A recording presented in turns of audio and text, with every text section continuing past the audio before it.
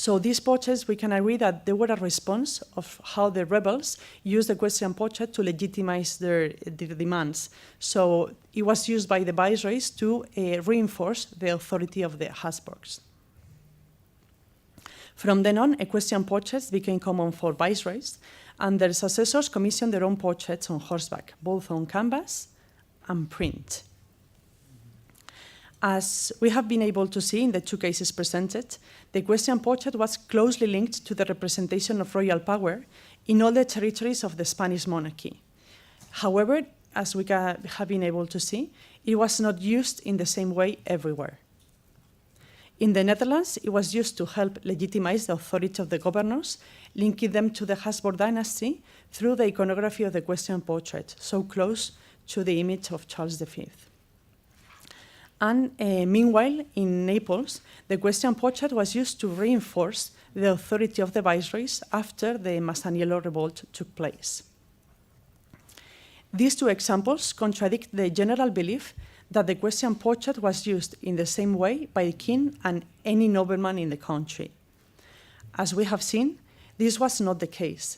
The equestrian portrait was only used by the king and by those who represented him in the different parts of the monarchy, the governors and the viceroys.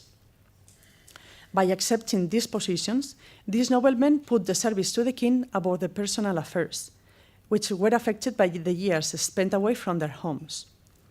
And furthermore, they often had to invest their own money in order to cover for representation expenses incurred in their positions. However, all this effort was rewarded with the possibility of accessing honors reserved for the king, which also increased the reputation of their families. After with their affairs neglected due to the years spent abroad. However, in many cases, they also returned with equestrian portraits that had been created during the time as governors or viceroys. These portraits, exhibited in their residences, would become a proof of the honors they had achieved and a reward for the years of service to the monarchy. So this aligns with the sentence of Juan de Borja that I mentioned at the beginning of my presentation, that faithful service is always rewarded. Thank you very much. Merci. Merci beaucoup, Madame, pour cette communication sur le portrait équestre espagnol, avec un détour tout à fait passionnant par Naples, et une thématique d'autant plus importante que si on a vu quelques exemples, si nous exposons dans l'exposition, nous présentons quelques très grands chefs-d'œuvre de portraits équestres, celui du cardinal Ferdinand et puis celui du... and Cardinal Medici, but we haven't taken that as a theme in its own right. Thank you very much. So now we're going to head off to Italy to talk about courts, but also scenography, the scenography of the horse, and also addressing this subject of taxidermy horses. So Giorgio Corso has made many publications, has taken part in many international conferences in medieval art, and is a specialist in medieval miniatures. Since 2010, she's been working for Piedmont and the Royal Museums of Turin, and since 2013, she has been the curator of the Royal Armory of Turin, which has contributed extensively to our exhibition. She's going to talk about the taxidermy horses of the Armory, the Royal Armory. And I must admit that when we went with Laurent to visit, I personally discovered this famous row of knights on these horses in this great gallery, which is very realistic in appearance. These aren't models of horses, as is the rule in other courts, as in England. And in the exhibition you will see a remarkable model with 18th century armour from England. But here really it is spectacularly realistic, and all the horses are taxidermy horses which belonged to the sovereign. And with particular skill here, the skin is stretched over sculptures done by the best artists of the court. So this is all the more precious for us in that we did have a section in the exhibition on this subject, but unfortunately these works could not be transported here. We had hoped to have Favorito, but that was not possible. And Giorgia Corso will talk about that, but this is an opportunity also to talk about the staging, the scenography, which Charles Albert of Savoy wanted through this gallery.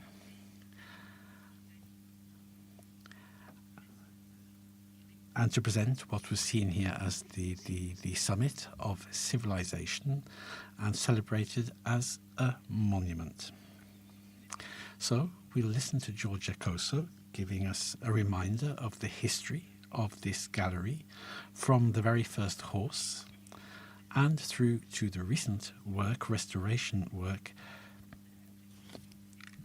and also the restoration, an ambitious restoration and study program of Favorito in the Royal Museum Laboratory, which has contributed hugely to research in this area. I would also like to thank the organisers for having this opportunity to take part in this conference. I'm delighted to be here today with you. So I'm going to present the taxidermy horses of the Royal Armory of Turin. So it was founded in 1837 by King Charles Albert of Savoy. Today it is on the first floor of the Royal Palace in what was originally the Queen's Gallery, built in the 18th century, but now called the Beaumont Gallery after the name of the artist who painted the ceiling.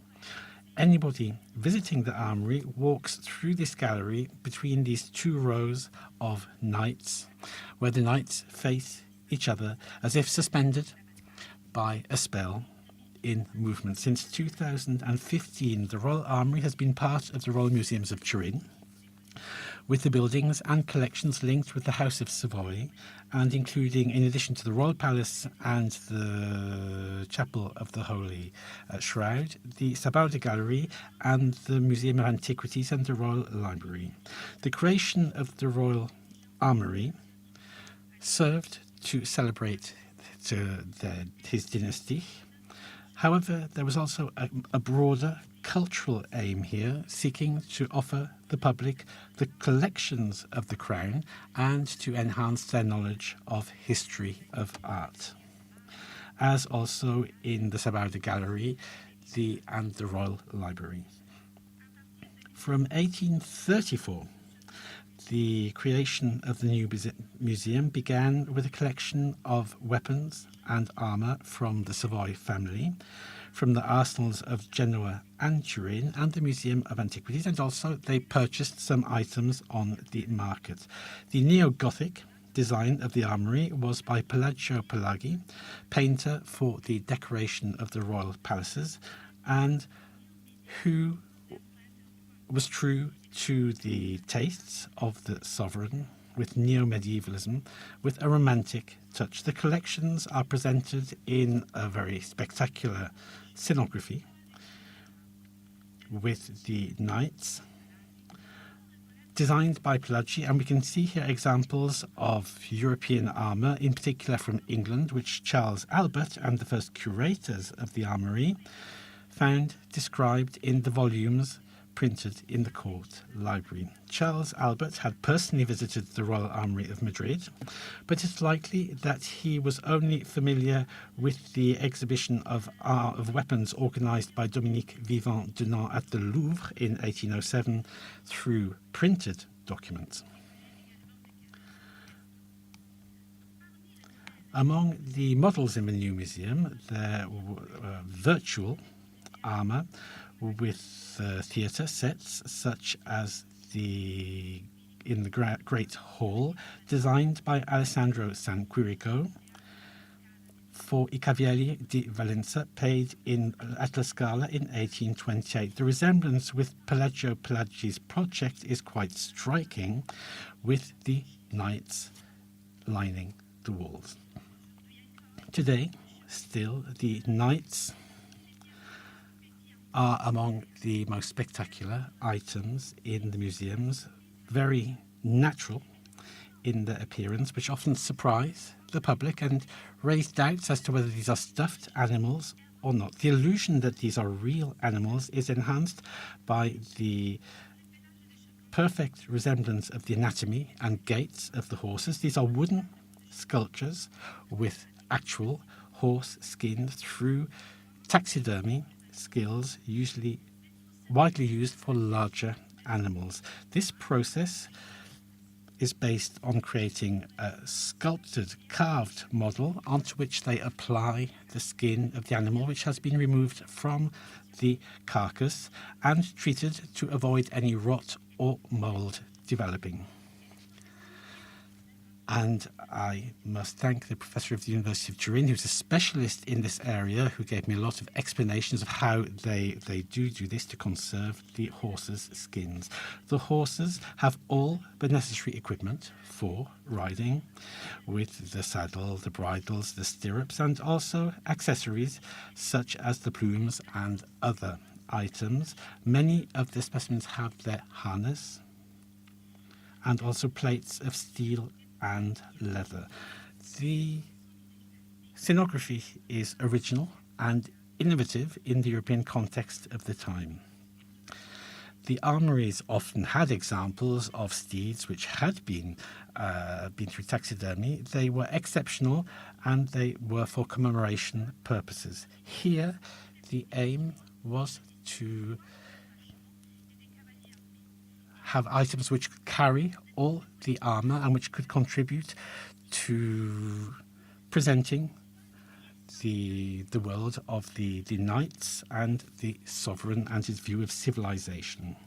One strange coincidence suggests the decision to choose this technique for all the horses was influenced by an episode in the creation of the collection when new acquisitions were being made on the antiques market, and particularly in Milan and Paris. On the 20th of February 1834, there was a large equestrian armour made in Germany, which arrived in Turin, sold to Charles Albert by Louis Lacroix, jeweller of their Majesties, the kings.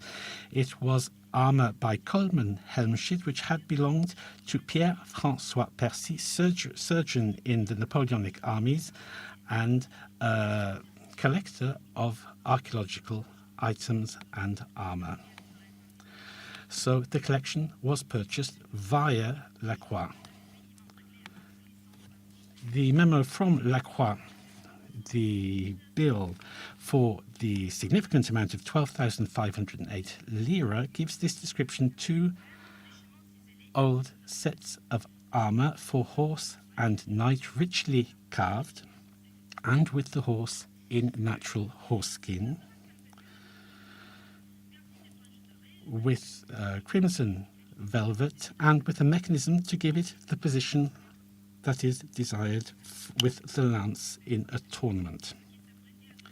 So this made a big impression for the people creating this new museum, a very spectacular impression that it gave, and it also provided several interesting technical solutions, such as the use of natural horse skin, and also the fact that it was articulated, the knight was articulated. Unfortunately, this first steed was not kept. It was replaced in 1882 by another specimen, which we can see it on the photograph here, without the knight, which are now present in the Horse in Majesty exhibition. It's the first horse in the Hercules room. So, in the documents from the court after the arrival of this, we have information about the creation of new sculpted wooden horses with this horse skin. In July 1834, sculptor Giacomo Marchino was making a first life-size wooden model with horse skin And the same craft people were to create other horses over the following years. However, at the time of its inauguration in 1837, the gallery only had 2 such horses, as we can see here on the screen, but quickly the collection was to grow, requiring new horses. 7 in 1840, and the number continued to increase, and there are now 15. 3 of them are under the rotunda next to the Beaumont Gallery, annexed to the museum in 1842 for the Oriental collections and the Risorgimento collection. The 3 horses here don't have knights on their backs. One of them is a papier-mâché horse with a less uniform structure. You can guess which one it is. And the 3rd horse is Favorito, which I'll be talking about in a few moments.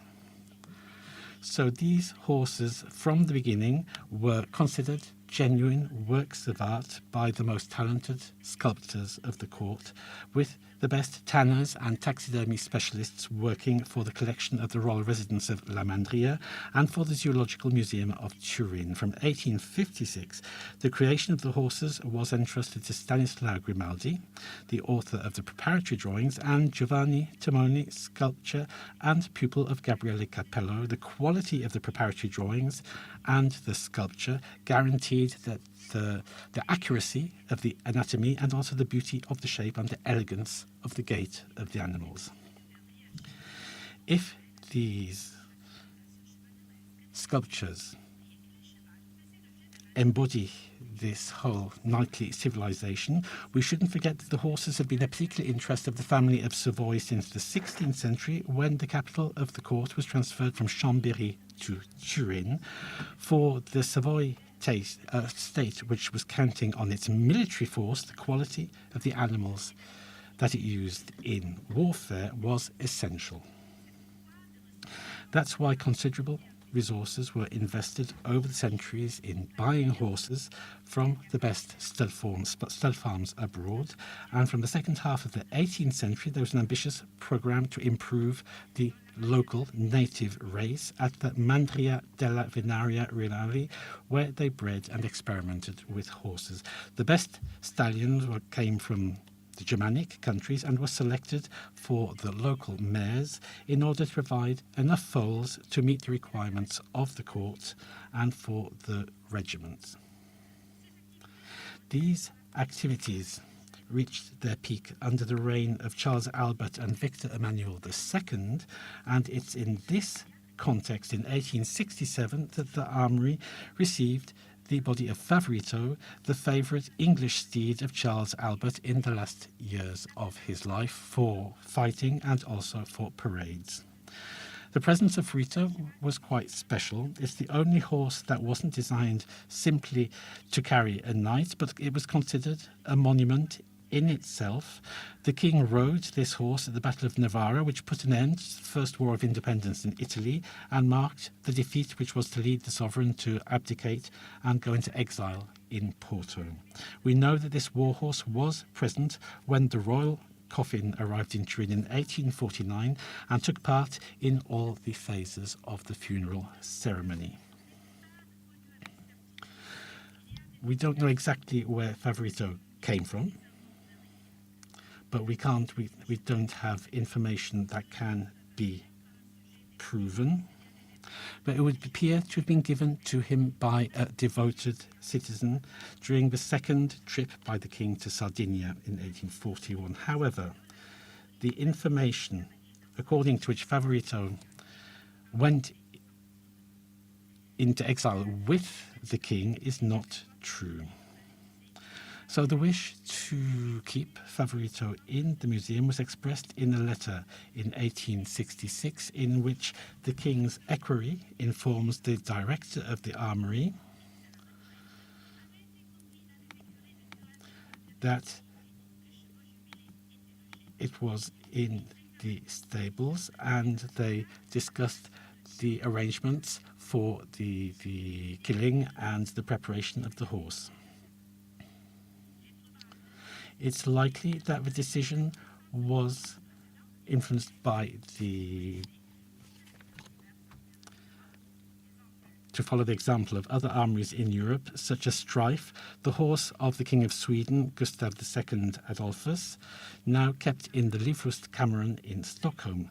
Strife had taken part in the Battle of Lutzen in 1632, where the king was killed and died the following year, further to his injuries in war.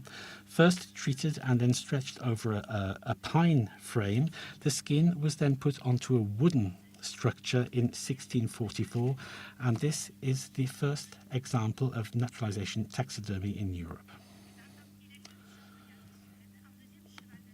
A second horse from the Swedish collection is in the castle of Skokloster, an Andalusian horse, a Spanish steed which belonged to Charles XIV, ridden by the sovereign at the Battle of Leipzig in 1813, and who died in 1826 at the age of 25, and then went through taxidermy afterwards. The most famous example today is Vizier, the thoroughbred Arab horse of Napoleon Bonaparte, who died in 1826. However, the imperial horse was not one of the models for Favorito, as his body was carried back to France in 1868, but only entered the collection of the Museum of the Armed Forces in 1905. The decision to preserve these steeds really has many dimensions to it. It's a wish to commemorate their owners indirectly, and also to pay tribute to the loyalty and heroism of the animal, and also the recognition of the horse as a weapon for war, and one of the most prestigious and rare ones. The sculpture of Favorito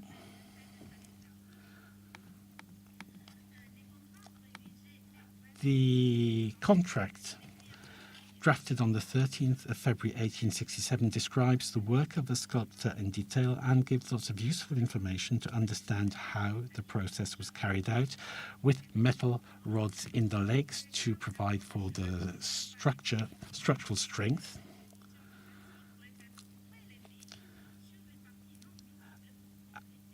And taking skin from the less visible parts to fill any gaps in the skin elsewhere. The fragility of these animals requires regular restoration. In 2022, significant studies and restoration work were carried out on Favorito to avoid any deterioration after being exhibited in conditions which are less than ideal, within easy reach of the public. The X-rays that were taken as part of these studies showed that the wooden structure is an assembly of several blocks which form a sort of box structure with different components fixed together with nails and screws. There are metallic rods in the legs to make sure that the model can stay upright. Then it is sculpted with care, showing the anatomy of the horse, and the eyes are made of glass. And then the coat of the animal is fixed on with lots of tiny nails, a little bit like on furnishings, to really make sure that the skin adheres to the wooden structure. And in the restoration process, the skin was reinforced and returned to its original colour. The restoration work also included the bridle and the equipment. Unfortunately, it wasn't possible to lend the animal for the exhibition here because of the logistics difficulties for getting the horse out of the palace. We have managed to get a rhinoceros all the way here to Versailles, so I'm sure the horse might have been possible. I'm sorry the doors weren't large enough. But however, the studies that were carried out to prepare for the event did help us to get a better understanding of these sculptures, and the public is always fascinated by these horses. And it helps them to recognize their role in history. And just to finish here, you can see an example showing that our younger visitors really do appreciate these horses like Favorito today, and all the other horses at the Royal Armory. Thank you for that presentation portrait of these horses. And we've also revealed some of the secrets of the gallery, but I think that each visitor really, it has inspired us for the exhibition design that we used in the Hercules room for our exhibition.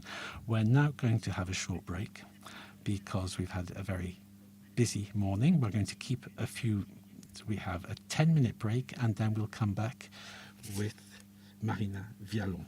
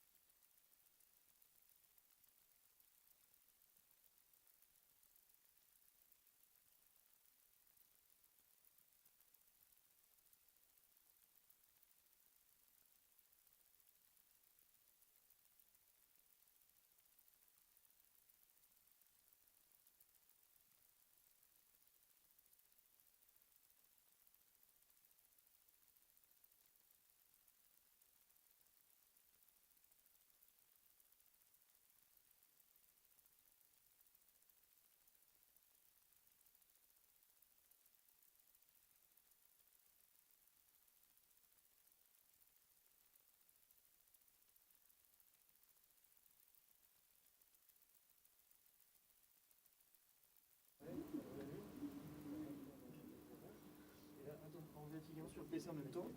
Ah, et là ça va mieux. Test micro, test essai, anglais 1, 2, 3, essai. Ouais, nickel. Ok. Et toi, ton côté, ça disait quoi comme valeur? Ça a dit en termes de valeur, ça monte dans le orange. Dans le orange? Ouais. Ça monte à moins 10.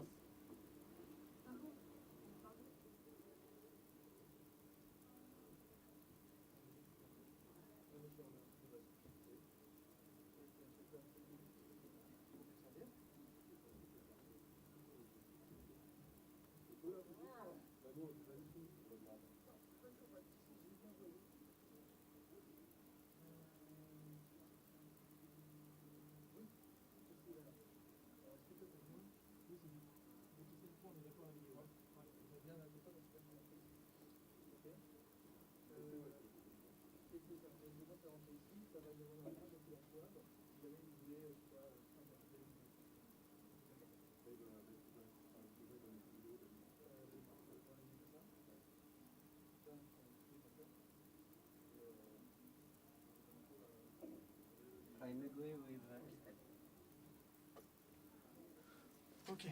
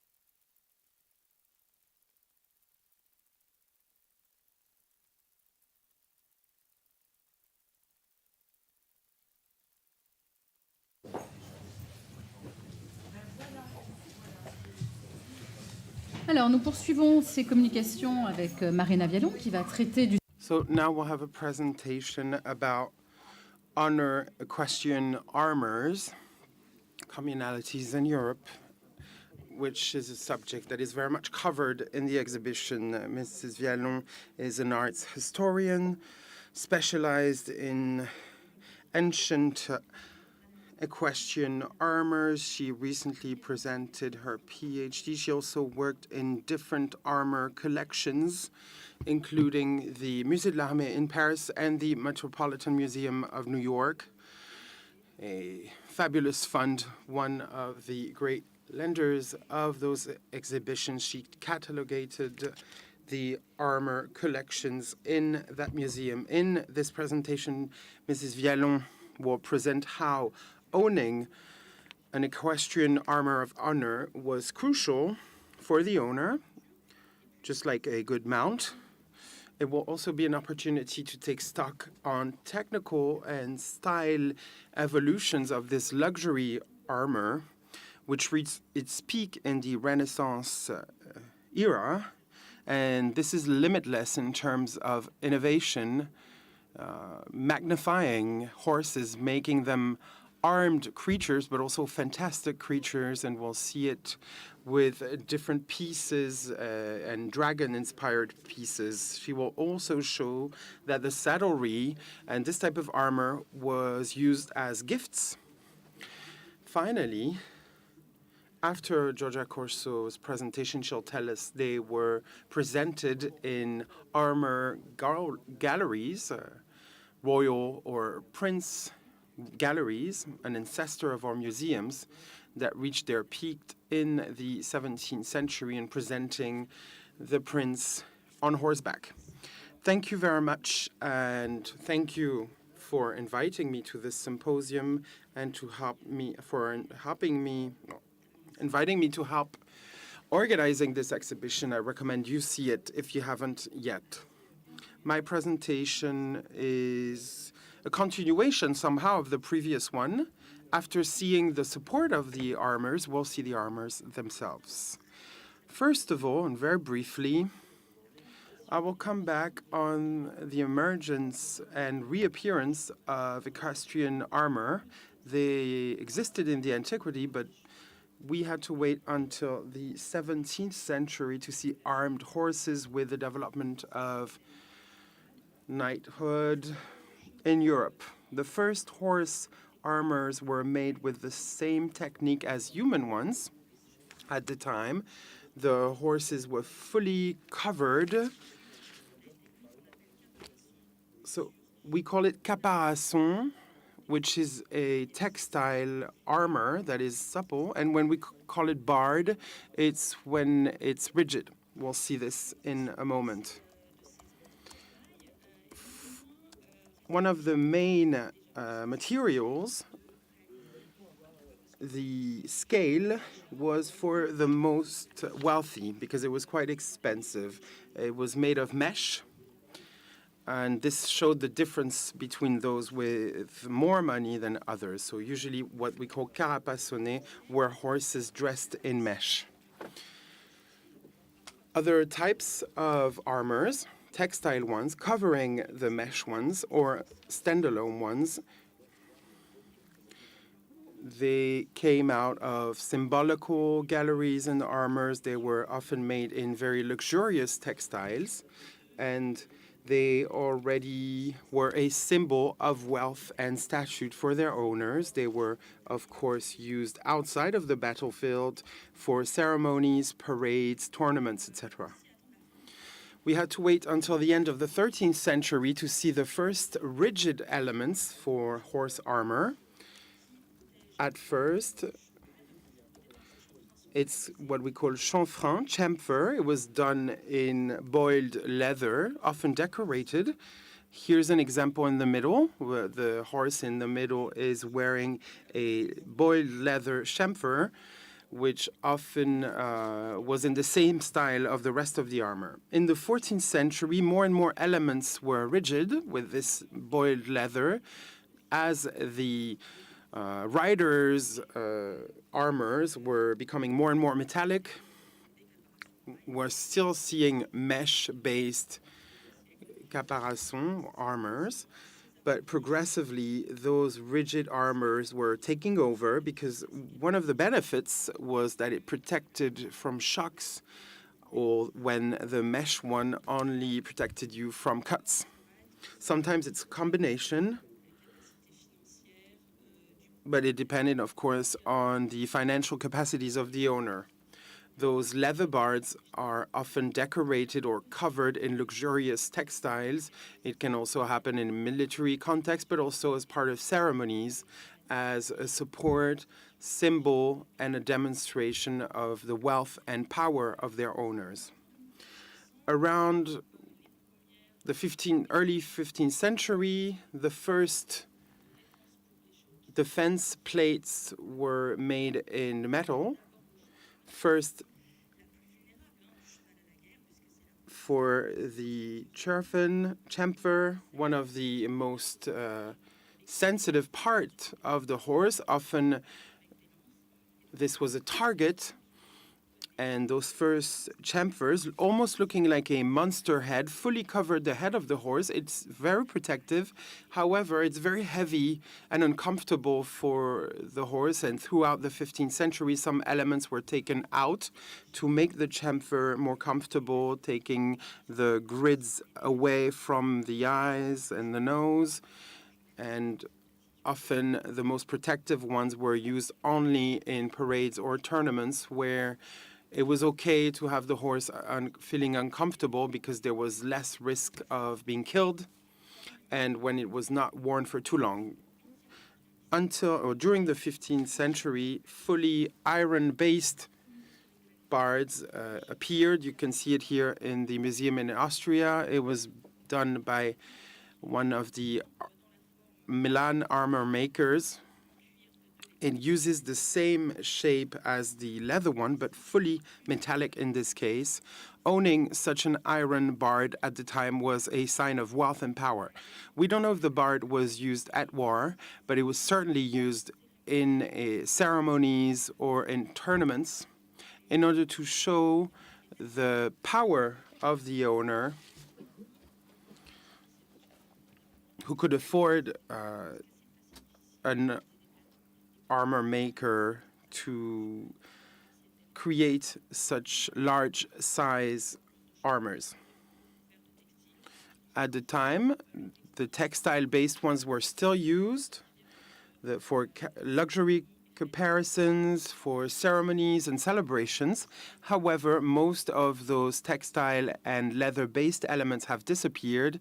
This is the reason why I will mainly focus on metal-based bards. I just gave you a small summary of the technology and the defense aspect, but I will focus on a ceremony and political used elements rather than on the battlefield. As I briefly explained in my introduction, the horse bard is used in ceremonies, mainly for symbolical purposes, especially on textiles, as it's easy to embroider or paint on the textile with the symbols of the owners.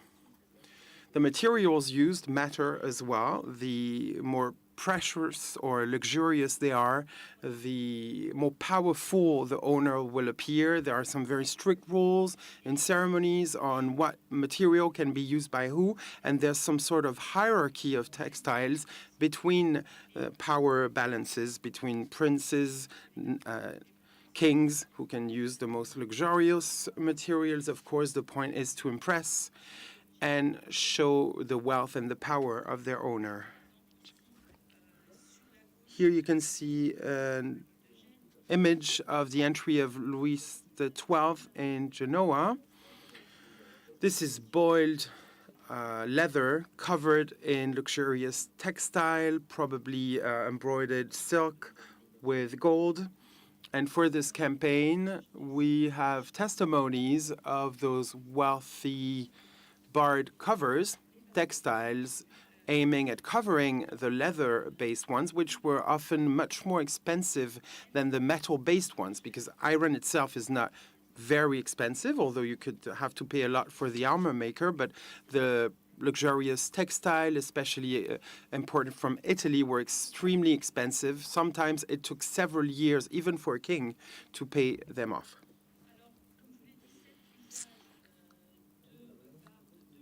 This usage of luxurious bards has a social impact, like here when taking over Genoa, and it also has an impact on giving a strong image of the victorious prince, and those images were often used in iconography to extend this image of a horseback king with a wealthy and magnificent image.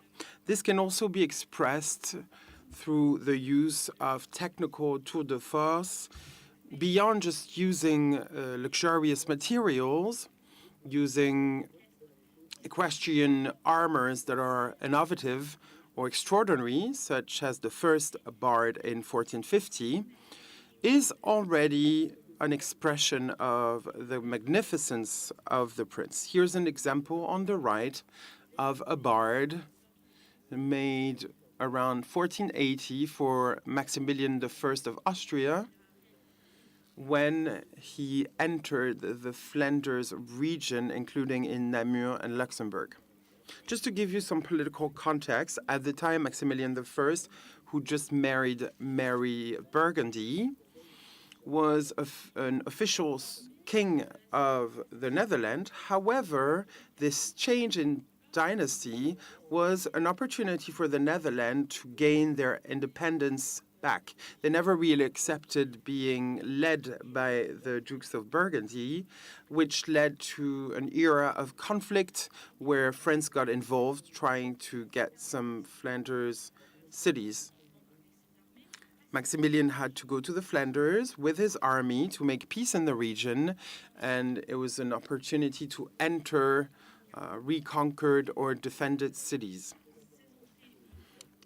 Those entrances had a major political meaning.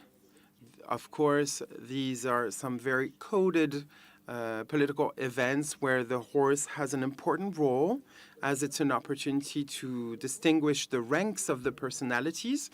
The highest personalities are riding a horse, of course, and depending on the saddlery, you can find some information on the rank of the rider, their profession, and also the statute that they are trying to highlight. One could decide to enter horseback with a military equipment or civilian one. When they are using a bard, it means that they're trying to highlight the military aspect and knightly aspect of their position. In the case of Maximilian, as you can see on screen, the specificity of the bard is that it fully covers the horse. Usually, when talking about a complete bard, and we saw it with Louis XII, it usually covers the body, potentially the head or the neck of the horse. In this case, the armor maker made a total bard covering the belly and the feet of the animal. It's a very innovative technology, unprecedented one, but it's hard to have a horse accept wearing such equipment on their horses, on their feet. And it's particularly difficult to adapt this technology, which is usually used on humans, to a horse. It is very likely that this armor only was made for ceremony purposes. The horse could only walk, but it was enough to parade the streets of Namur. In the description of this entrance, it wasn't Maximilian, but Albrecht May, his arms master, who was riding the horse. thanks to the talent of the armor maker, the horse becomes a supernatural figure supporting the new Duke of Burgundy, Maximilian I, and the show was supposed to contribute to the peace of the region. On the bard, there were also elements relating to the Duke of Burgundy, some symbols of Burgundy and the Toison d'Or order. This transformation of the horse into a hybrid creature was a recurring one. It started emerging with the first chanfrons, which turned the animal into a creature, making it very impressive. Let's not forget the psychological aspect of war armors. It's very impressive to see a horse galloping towards you, especially when they're wearing this type of equipment. And this transformation is also part of ceremonies and celebrations. Saddlery comparisons were used in order to transform the horse into a different creature. The transformation, the most common one, was to turn the horse into a dragon, relating to the figure of Saint George, patron of knives,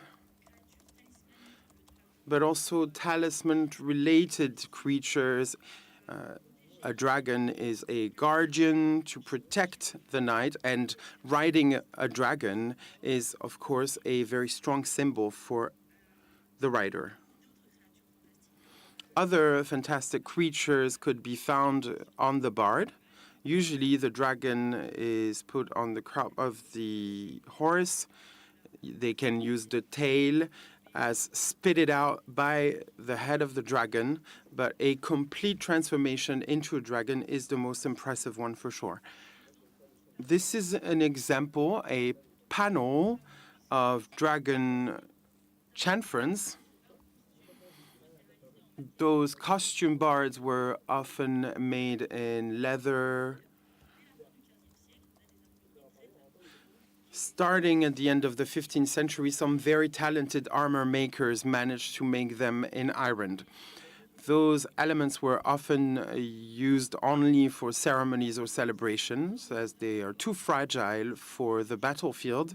However, owning such high-quality dragon chanfron was clearly a way to magnify the princes who owned them. Here's an example on the left of the chanfron, which is actually part of the current exhibit.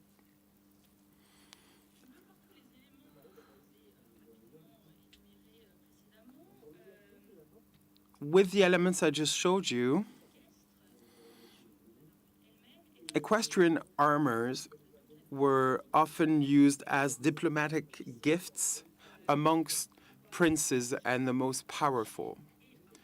Having an armed and saddled horse was very much appreciated in a knight-dominated society.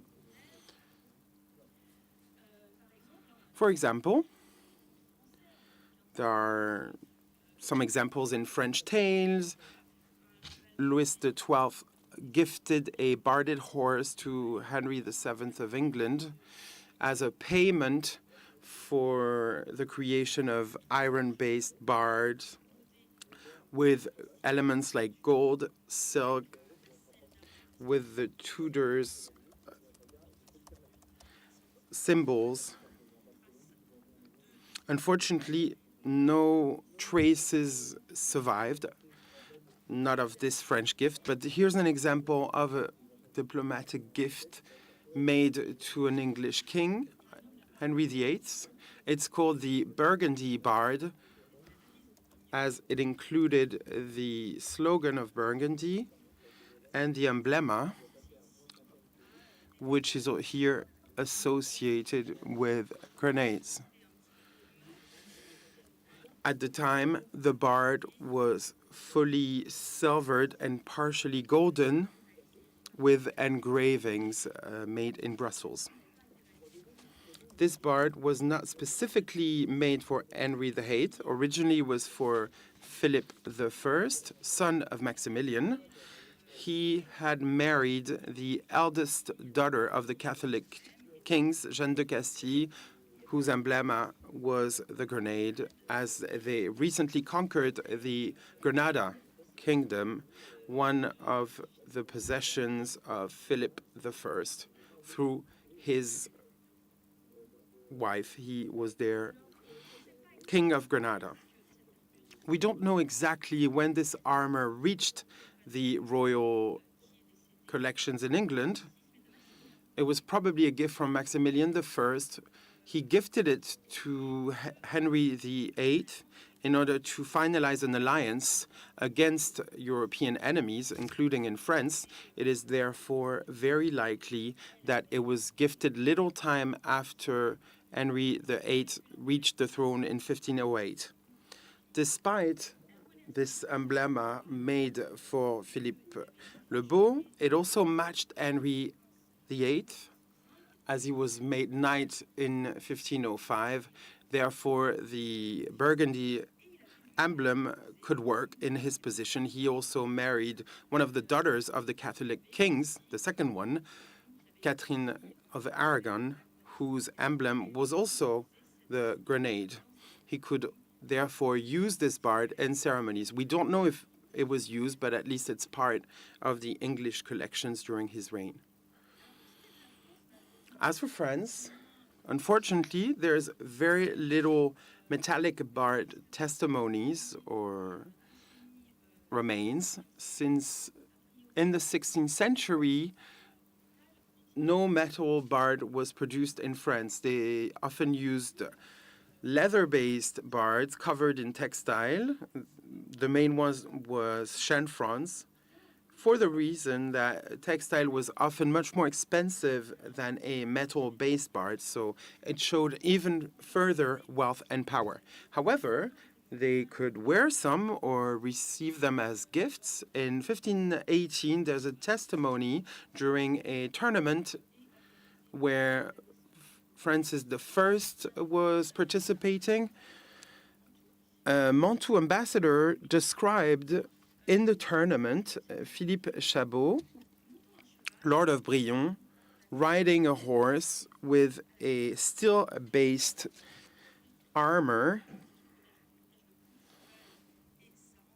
It covered the entire neck of the horse and wearing masks in the battlefield, where you could read a line about Marignan. This was probably manufactured in Milan, and during this celebration, it was a reminder of the Marignan battle. However, we had to wait until the end of the reign of Francis I to hear about the first France-manufactured metal-based bards. Here we can read about a ceremony metallic bard for Francis I. We don't know if it was made, but there are some remains of another one made for his son Henry II. One might have inspired the other. Unfortunately, only fragments remain. We don't know the context in which it was manufactured. However, we can appreciate the emblems on the bard, the reference to the ancient culture. There are different medals showing the history of Jules Caesar. The history of Caesar was very much commented in the military education of princes in France, and this bard was probably used for parades and ceremonies of the French monarchy in order to remind people of the link between the prince and the knight rank and the relationship with ancient Rome. The plates of Henry II's bard are unfortunately quite damaged. Originally, they had silver. Only a few fragments remain. However, the bards were also considered as pieces of art. beyond their basic usage. Some of them were actually the galleries were like a museum, and they were presented to the most highly ranked visitors. The one I showed was probably shown in the Amboise Armory that included, amongst other, Joan of Arc's armor. So it was used beyond moments such as celebration, but more generally to show the military wealth, the relationship with ancient Rome, and the power of their owners. Those bards included ornaments with goldsmithery made by the goldsmiths of the court. As I said, unfortunately, in France, we only have some fragments of those bards. However, and I'll conclude, I will give you a glimpse of how amazing they looked with this case, which I believe is the most beautiful luxury Renaissance bard which we still have today. It was made for Eric XIV of Sweden. It's part of the collection of the Dresden residence palace Armory. I recommend you visit it. Several pieces of this exhibition came from there, and it represents the different aspects and functions of bards of honor of the time, including several aspects. First of all, about the bard itself. It was commissioned by Eric XIV of Sweden in 1563 to Eliseus Liebert in Antwerpen. This might have been done in the context of him trying to marry Elizabeth. She declined originally, but in the following years, he insisted and tried to buy ornaments in order to try and impress her or to appear as a major personality in Europe. He had commissioned another armor a few years prior in that same context. In order to make this work, Liebert sent him 2 sample chanfrons so he could choose the type of ornament he wanted for this ensemble. He ended up choosing this golden-based ornament, and within less than a year, Liebert manufactured the bard and the armor of the rider. Here are some few details on screen. Just like Henry II's bard, it's based on several medals around the history of Hercules, associated with ancient style ornaments, as well as emblems of Eric XIV, which looks a lot like the one from Henry II, as Liebert's was inspired by the French armors. We know he had access to drawings from those who manufactured the armors of the French court. In any case, he drew inspiration from Henry II's armors. Originally, Liebert was a goldsmith, and he used this golden background. Here are some few details on screen. Why Hercules' story? Hercules was a character that Eric XIV liked to associate with. He considered himself as the new Hercules of his country. Here's a few more details on screen. The reference to ancient Greece was part of the ornaments, but also of the shape. You can see that the eyes covers of the chanfron was inspired by ancient chanfrons, which were discovered in Germany at the time.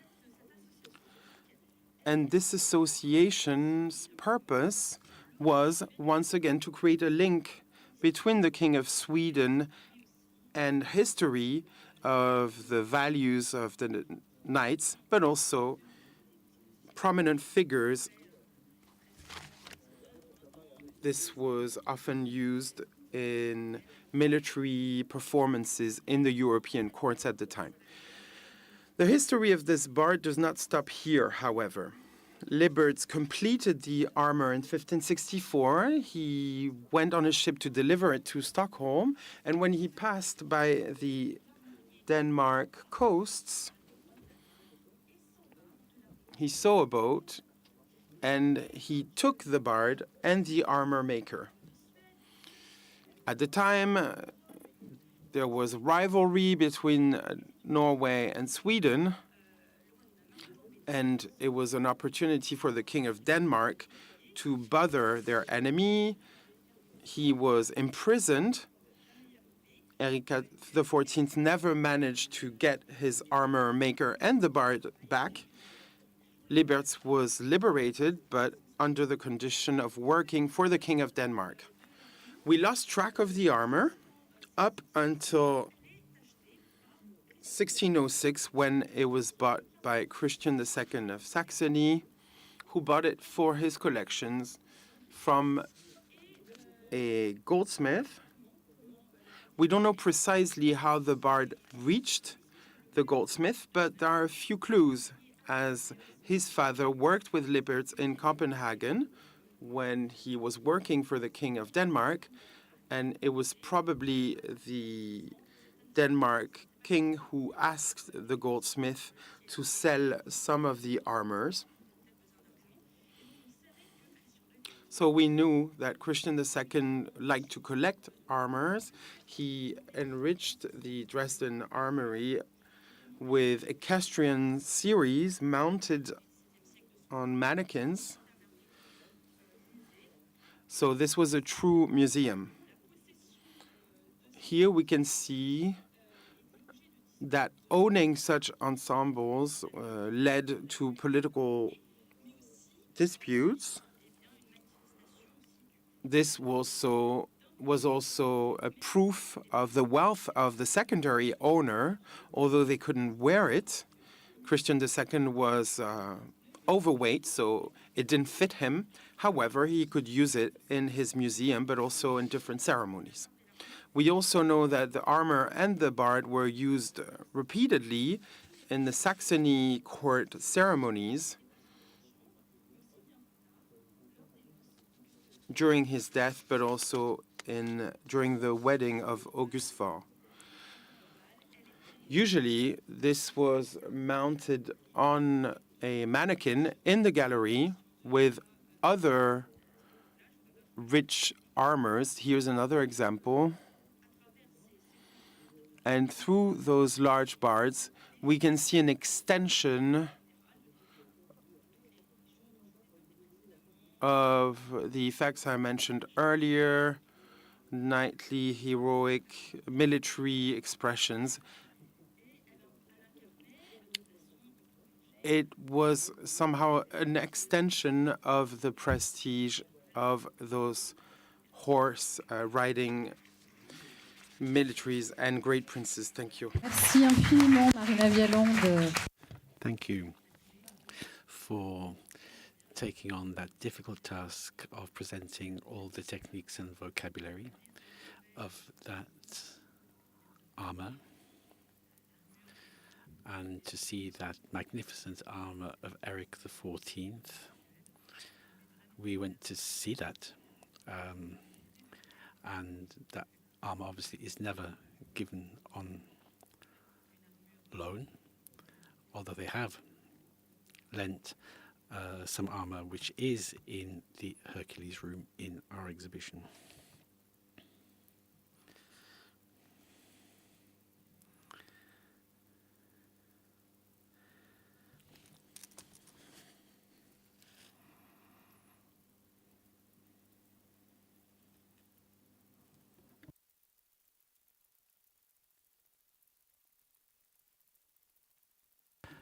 So I won't introduce myself again as I switch places, one of the curators of the exhibition. So Versailles had to have its place in this morning's proceedings on the royal stables around Europe.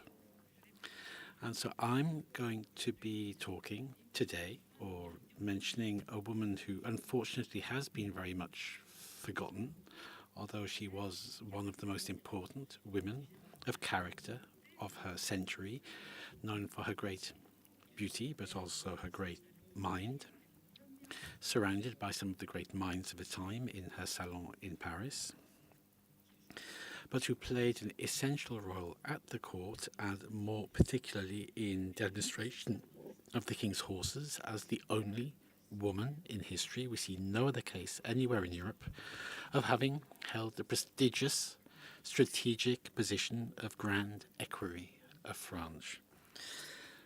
So in 1761, contrary to all expectations, Louis XV handed over the reins to this institution and one of the most significant officers of the court to this woman. Regarding my sources, they mainly come from the archives. We only have two or perhaps one effigy of the Countess, perhaps one of the reasons why she has been so forgotten. We have almost nothing in the way of images, so we mainly have documents from the archives. We have some memoirs also of the Countess, and also some correspondence, a lot of correspondence between the Countess of Brion and King Louis XV, which are in the departmental archives of Yvelines, notably regarding the school for pages, which she managed. I should mention the work by two historians on the Countess of Brion. First of all, Charles Duplessis, in a publication on equestrianism in France, who highlighted the figure of the Countess of Brion, and two articles, short articles, but with by Henri Lemoine in 1932 and 1933, which for the first time drew on the archives to highlight this figure. There's also been more recent work by Benoît Florin, the superb Countess of Brion, which draws on the articles by Mr. Lemoine. So I'm going to be presenting the woman, the background to her significant appointment, and also about her reign and how she fulfilled her role at the head of the stable. So we'll begin by a few words about her origins. The Countess de Brion, her full name is Louise Julie Constance de Rohan-Rochefort, Montauban, Countess of Brion and Princess of Lorraine, born on the 5th of March 1734 into a very glorious family. On her father's side, from the prestigious House of Rohan, one of the most powerful families in the Duchy of Brittany, and from the Rohan-Rochefort branch, which still exists today.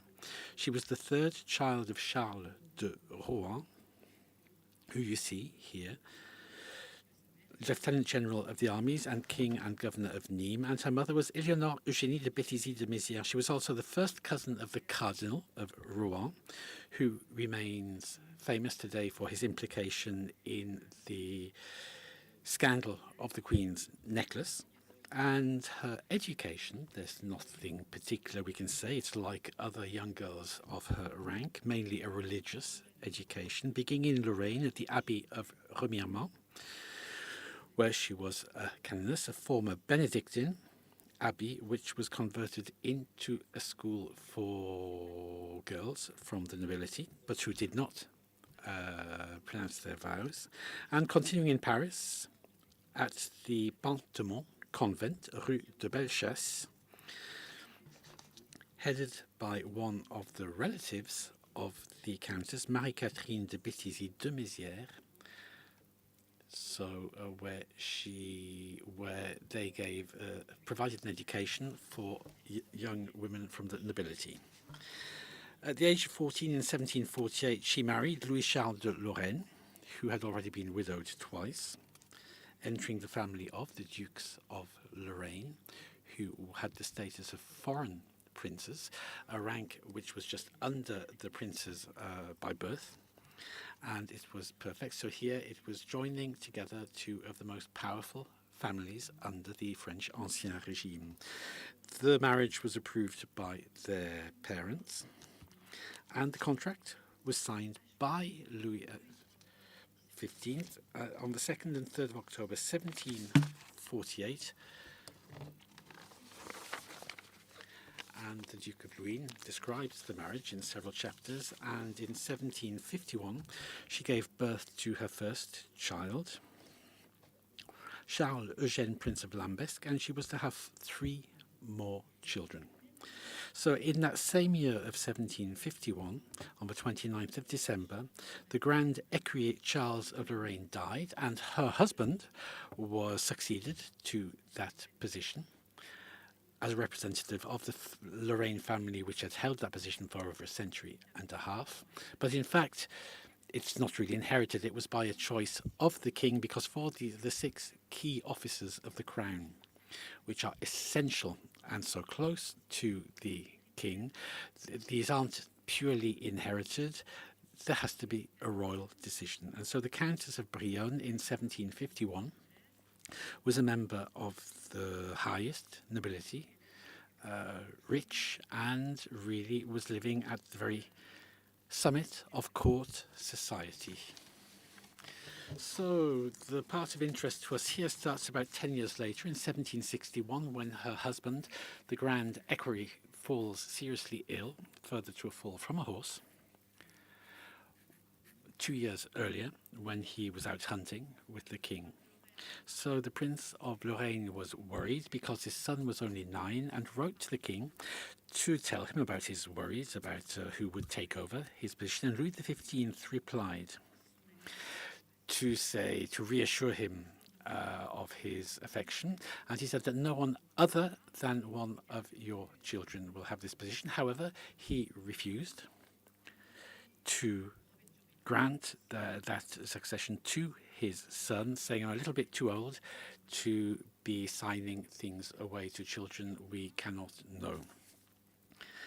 And so, in fact, the position remained more or less vacant when the Count died 6 months later, on the 28th of June, leaving the Countess of Brion at the age of 27, with 4 children, and also with this vacuum of power at the top of the royal stables, as the Prince of Lambesc would only be able to take up his position when he reached adulthood, which at the time was set at the age of 25.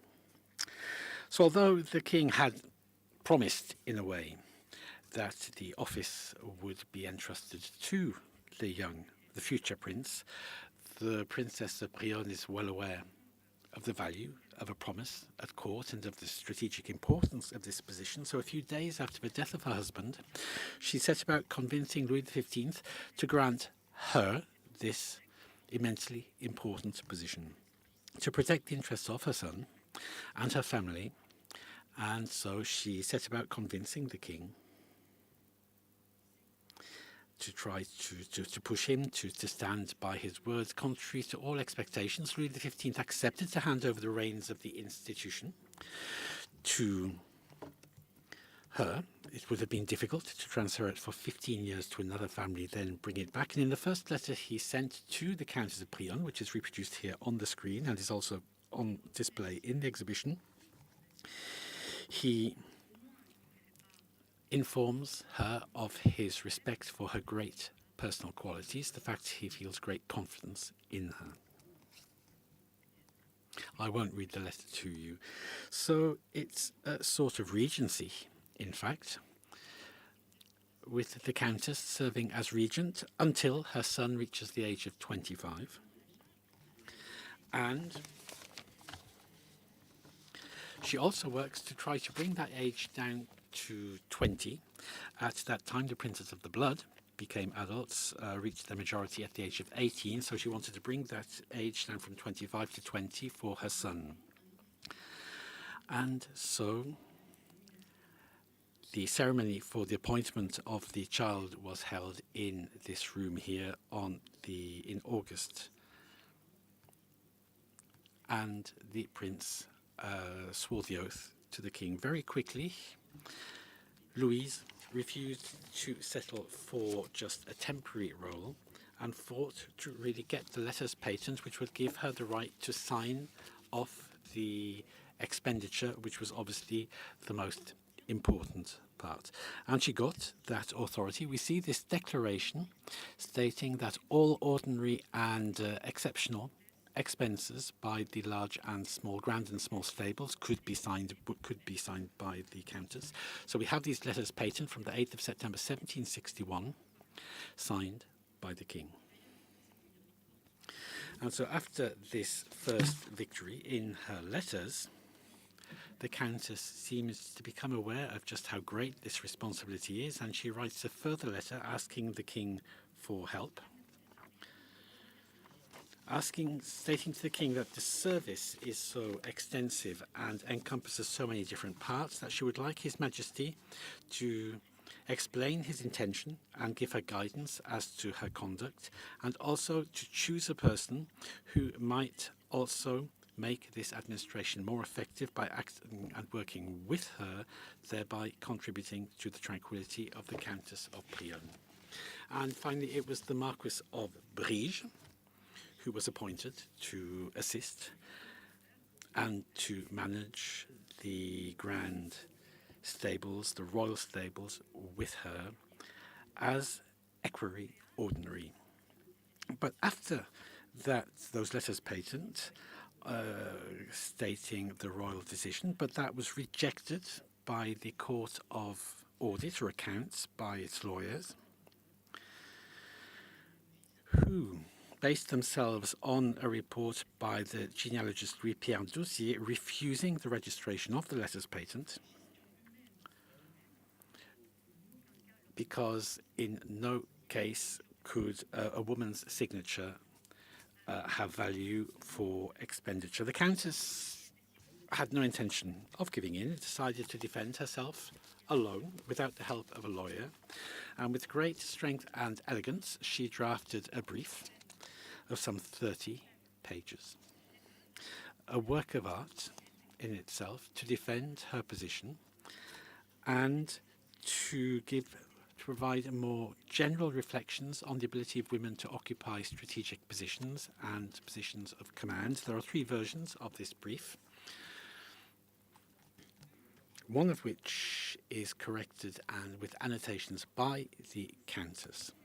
So this long brief really is a feminist manifesto in the mid-18th century, at a time when the role of women was seeing genuine change, and the Countess sets about convincing the lawyers with 3 key arguments. First, a legal argument, and for this she goes through feudal law and its Rule 86 of the Institutes of Loisel, famous for having collected the general principles of former feudal law. And that Rule 86 states that the kingdom will not fall into disarray when women are capable of all other roles. So women cannot hold royal power, but that does not prevent them from holding other positions. And she says that this proves that women were not considered absolutely incapable of holding these positions. Perhaps it is not usual in France, but there is no law declaring that women are not capable of these roles. So she says, if women are capable of holding feudal positions, why could they not also have this responsibility for the stables? So this rule was the basis of the Salian law, which aimed to prevent the crown falling into distaff or into women's hands, referring to the spindle that was used by. So the aim of the Salian law was to avoid the crown falling into the hands of a woman. But this was being much debated at this time in the 18th century, this rule excluding women from these royal positions. And there was, at this time, public debate. And the Countess refers to this here. And she also reminds the lawyers that legally they cannot oppose an appointment of a woman if it is in no way detrimental to the interests of the state. The second argument she gives is a historic one. She says history is always right, and she sets about proving that there had been precedent for this sort of situation. Obviously, in legal matters, precedent is a key argument. She says the arrangement which is proposed here is not new, and she mentions the Countess of Toulouse, who was one of the favourites of Louis XV, and who served as a sort of regent for her son, the Duke of Penthièvre, and held the position of Grand Admiral. So she reminds the reader that if the woman could command all the king's ships, why could she not look after his horses? So the Countess gives a methodical list of all these women of power since the Middle Ages, powerful women, as we would say today, with a whole list of Mao of Artois, the regent of the Count of Burgundy in the Middle Ages, through to the Duchess of Aiguillon, who was governor of Le Havre and held the commanded the troops on the death of the Cardinal of Richelieu, Jeanne, daughter of Raymond, Count of Toulouse, Marguerite, daughter of Baudouin, and Madame Ventadour,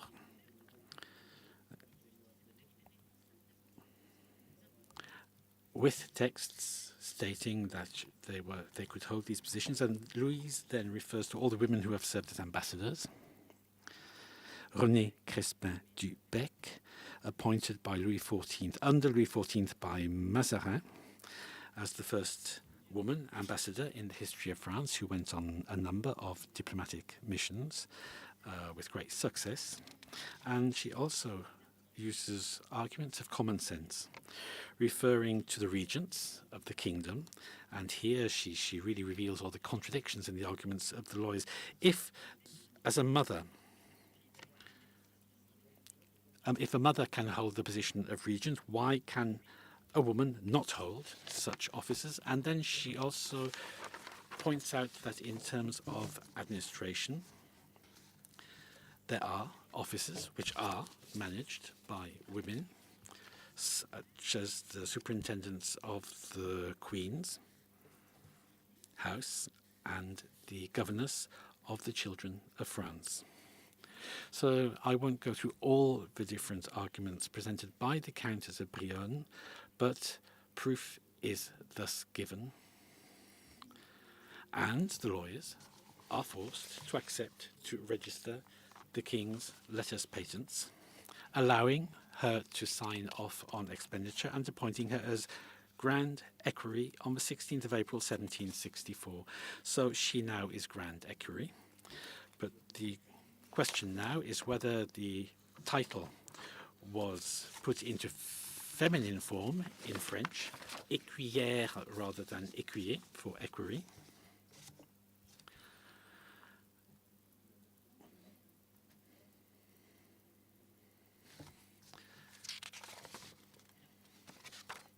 So this appointment, as we see in the archives, enables her to redefine the role of the Grand Equerry, referred to as Monsieur le Grand, one of the 6 key officers of the King's house, and it's under the reign of Francis I, when horses became so important in society, in civilian life and in the military, that the institution became twofold, divided between the great stables and the small stables. The great stables to the north, with the saddle horses and other horses for the monarch, also for the carriages. So this organisation wasn't totally separate between the great and small stables. The great stables also had a number of carriages for funerals and other moments, and the two would share their horses for some functions, and for hunting, the king would go to one or the other stable depending on his preference for the horses. So, the Countess points out that the great stables oversee all the royal stables, including the small stable. So it really is the beating heart of Versailles, with these royal stables, which are the centre of activity at the time.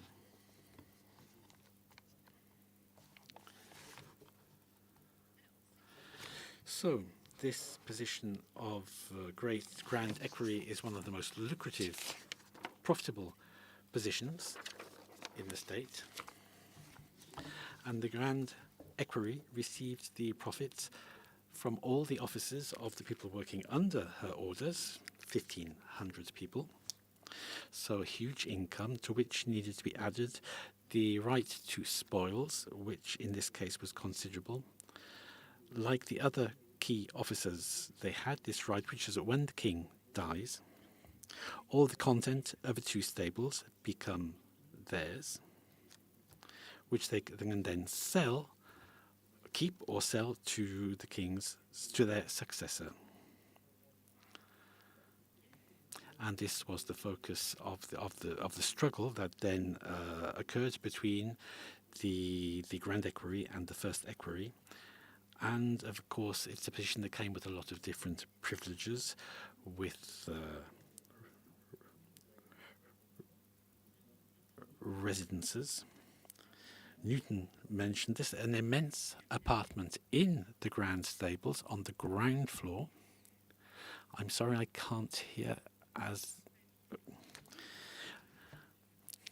So on Avenue de Paris, and the Courtyard of Honor, which really is a princely residence, the most spacious apartment, larger than the apartments of the Princes of the Blood or the Count of Noailles.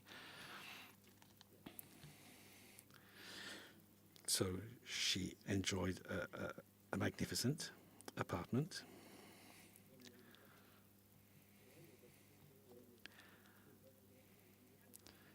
So, and to be close to the king, the grand equerry also had an apartment in the palace itself, at the far end of the prince's wing, and also a townhouse, Hôtel de Brion, in Paris, which was rebuilt by Robert de Cotte. So as soon as she was appointed, she took the royal stables in hand, very energetically, overseeing the management of the staff, the horses, and in this respect, she is never mentioned for this, but she was a key protector of Claude Bourgelat, who worked under her orders. You have here a statue, the founder of the veterinary school, the world's first veterinary school, and she was his first protector. Bourgelat worked for her as equerry in Lyon, and she encouraged him to found this veterinary school at Maison Alfort, but she's never mentioned, this is never mentioned in the documents, but she did have a key role here in the founding, in the reform of veterinary education at the time. So for 10 years, she reigned over the stables with great competence and skill, a fine sense of protocol and diplomacy. She was also an excellent rider, so she could really communicate with the equerries and staff, and she earned the respect of everybody in the stables. And as I said, she paid particular attention to the school for pages, this equestrian school set up in the two stables at Versailles, working on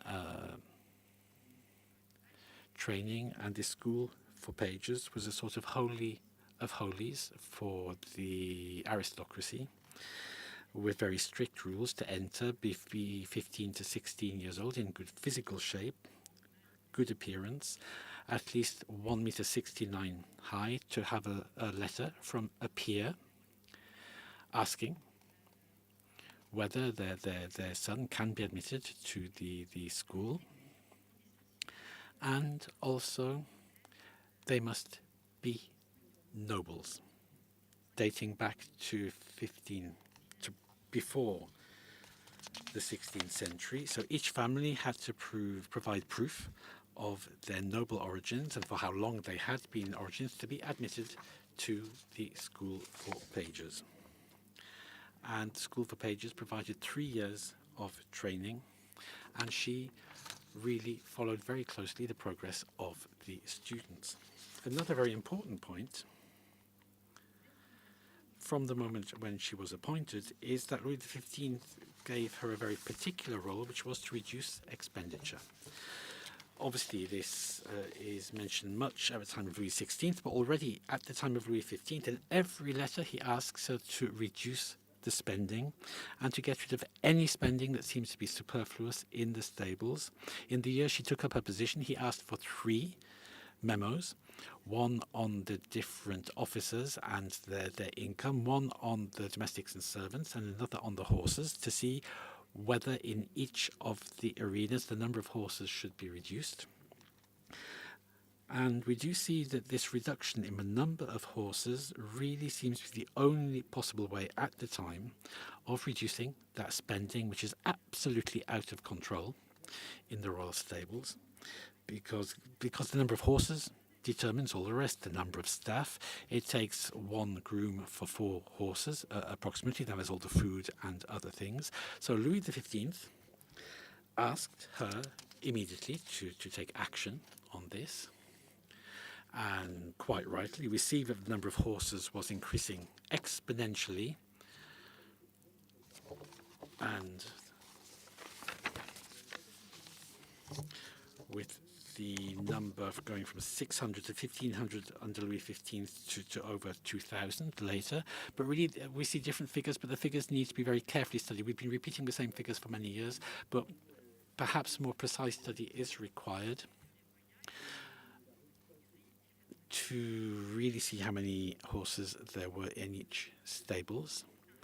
And we have all the accounts, and that is something that really does need doing. Here in 74, we have the sale of all the horses on the death of Louis XV.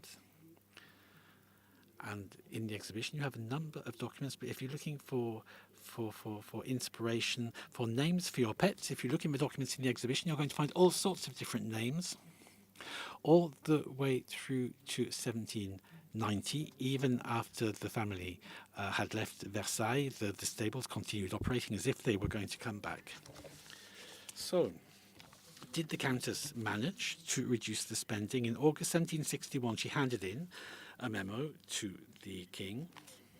And this is a very precious source because this memo on the accounts in 1761 gives very precise details of the number of pages, the number of hunting horses, the number of staff, the payments for each, all the way down to the food for each of the type of horses. So really, where they did try to make some savings. So the Countess provides explanations for each figure to show that each item of expenditure is in fact essential. And when Louis XV suggests doing away with certain privileges for the officers of his house, with compensation for those who might lose their privileges, she finds all sorts of arguments to justify not making the change, because it would be prejudicial to her position as Grand Equerry. So this all shows that it was really impossible to reform the stables, even when the king demanded this. It's quite amusing. She gives him answers with all sorts of promises to make savings, to replace some of the livery every two years rather than every year, or to say that Mr. de Brige is making sure that everything is done with as little expenditure as possible, and even having certain of the king's saddles repaired rather than replaced. And in 1763, the Controller of Finances gets worried, François de la Verdie, and asks for some explanations about the budget. And the Countess answers that she does not report to him and that this detail is none of his business, as the officers of the crown report only to the king. As Daniel Roche has said, he summarized this as saying that this equestrian luxury was a heavy burden in the crisis of the monarchy, and we do see that here. As I said, unfortunately, we have very few images of the Countess, but we do have a lot of written testimony referring to her beauty, which is praised by Marmontel, and also there were certain portraits which have today been lost, portraits by Drouet, by Roselyne, pastels by Maurice Quentin de la Tour and by Jean-Étienne Lyotard, but which have not survived, so we have been unlucky in that respect. All these portraits have disappeared. We just have this little sketch, this lovely little sketch by Marmontel in the collection at Chantilly, and the only sculpture we have is this bust by Jean-Baptiste Lemoine, which was presented at the 1765 Salon, which is now in the National Museum in Stockholm on display. And why is it in Stockholm? It's because Gustav III of Sweden was a great admirer, very much in love with the Countess. We have the correspondence between them, which has been published, and he met her at her salon, and he asked her for a sculpture. It took 10 years before she did actually send this effigy.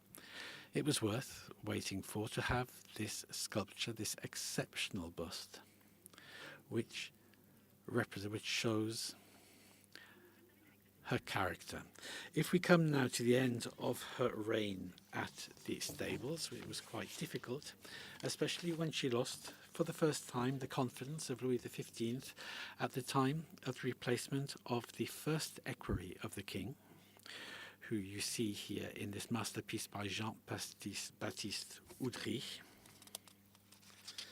First equerry of the king, Henri Camille de Berengar, who died without leaving children in 1770. The Countess saw this immediately as the ideal opportunity to take full authority over the small stables, and she perhaps is a little careless and she resumes the battle between the two stables. And to summarize the background here, as the princes of Lorraine had the grand stables and the Berengar who had the small stables, the grand and first equerries always hated each other. For a century and a half, it had been a constant opposition between the two families, trying to oppose the grand equerry felt that they should have authority over the others, whereas the Berengar family in the small stables resisted this. And with the death of Henri Camille de Berengar, and the Berengar family referred to an edict from Henry III stating that the small stables were independent of the grand stables, whereas the grand equerry always claimed that the grand equerry had absolute authority over everything. And so under the Regency, Saint-Simon drafted whole chapters on the quarrels between the grand and first equerries, and stated even that the first equerry died because of the harassment they had suffered from the grand equerry. Also, they were lodged in accommodation which faced each other, and so under Louis XV, the war between the two families broke out again over the question of control over spending and who could authorize spending, also on the right to the spoils. And finally, the Countess drafted a new brief in 1770, which she sent to the king to to ask for the rights which had been stolen by the Berenguer family. And so she gives a new explanation of the edict of Henry III, stating that the Grand Equerry is the sole master or mistress. And so 2 days later,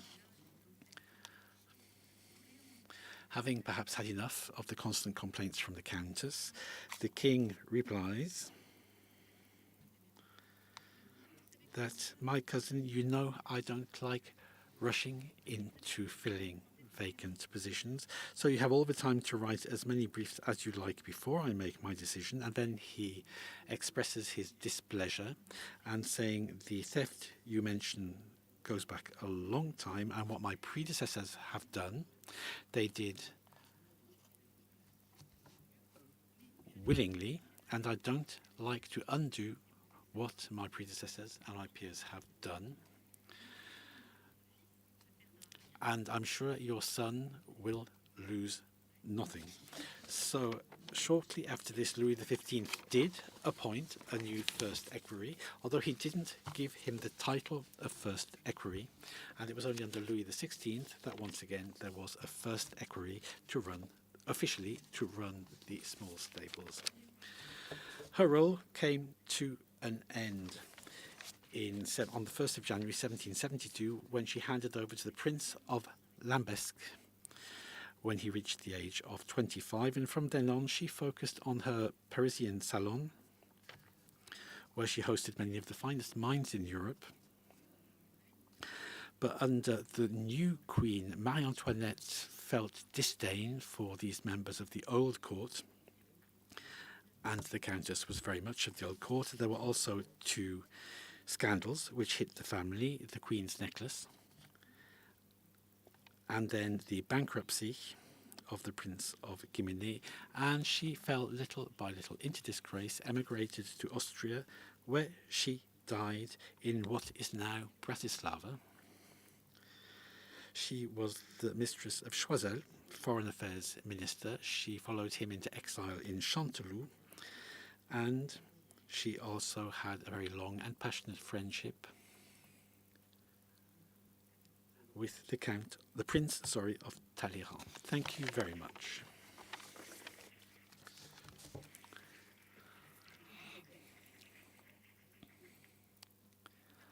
So, to finish this first morning, we have Vincent Higlet, if you'd like to come and sit here, archivist and paleographer from the libraries of Versailles, who has worked and made many publications on Napoleonic Europe and the Bonaparte family. One of the curators of an exhibition a few years ago in Versailles.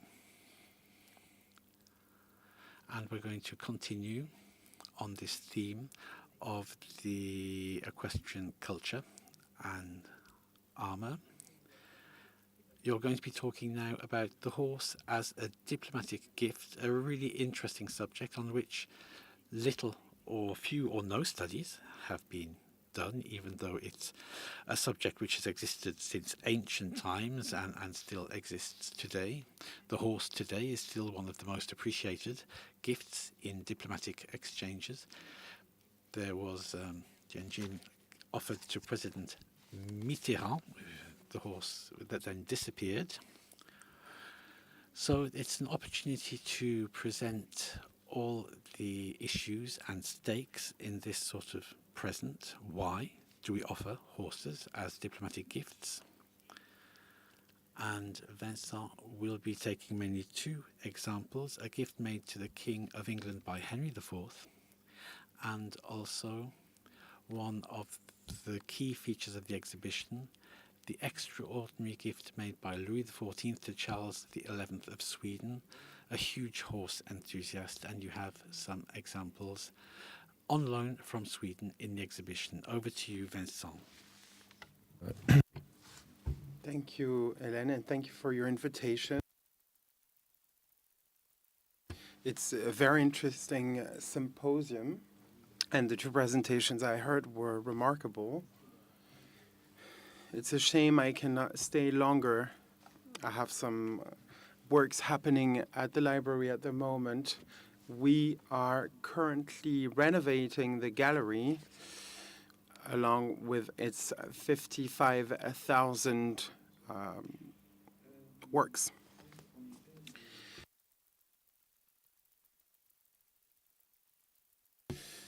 Regarding horses, they were gifted throughout the centuries as diplomatic gifts. And I was particularly surprised when I started working on this investigation when I didn't find a lot of work on this topic. However, I did retrieve a lot of testimonies from historians or commentators about those diplomatic exchanges and related gifts. We can trace it back to the earliest antiquity with the gift from Philip of Macedonia to his son Alexander, the horse Bucephalus, in link with the conquest of Asia, the horse that Alexander wanted to train, and that was the first step of his conquests, showing him as the best candidate to inherit from his father, because inheriting from the kingdom of Macedonia was not so easy, and there were other competitors. Most importantly, we have a few lines coming from the book History of the Decadence and Fall of the Roman Empire from Edward Gibbon, referring to the embassy sent to Attila by the Eastern Roman Emperor. Quote, in their consideration, the ambassadors, several captives were granted freedom for a small ransom, and apart from the gifts given by the king to the imperial ministers, with the permission of Attila, each noble gave them the useful gift of a horse. This is indeed a significant exchange.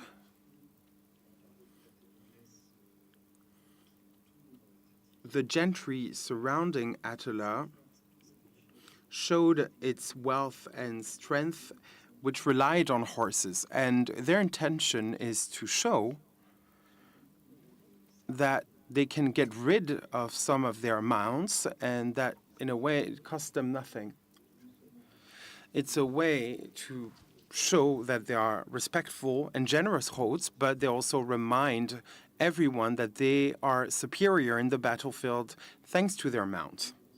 It is no surprise that since the earliest antiquity up to now, and it was a reminder with the gift to François Mitterrand and also the horse of the Republican Guard given to the Queen for the Jubilee, horses remain a gift that is very much appreciated by heads of state.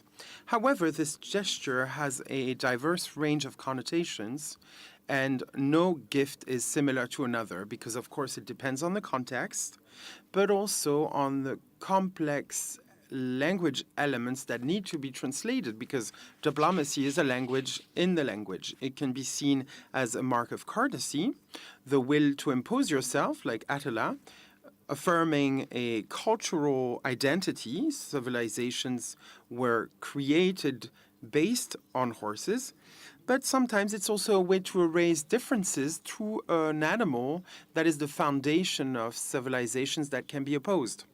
For example, in the Middle East, when Byzantium was facing the Arabs, there were several attempts to reconciliate the Muslim and Catholic spheres, and back then, the best diplomatic gift you could find, which was in a way a symbol of those three worlds, was the horse.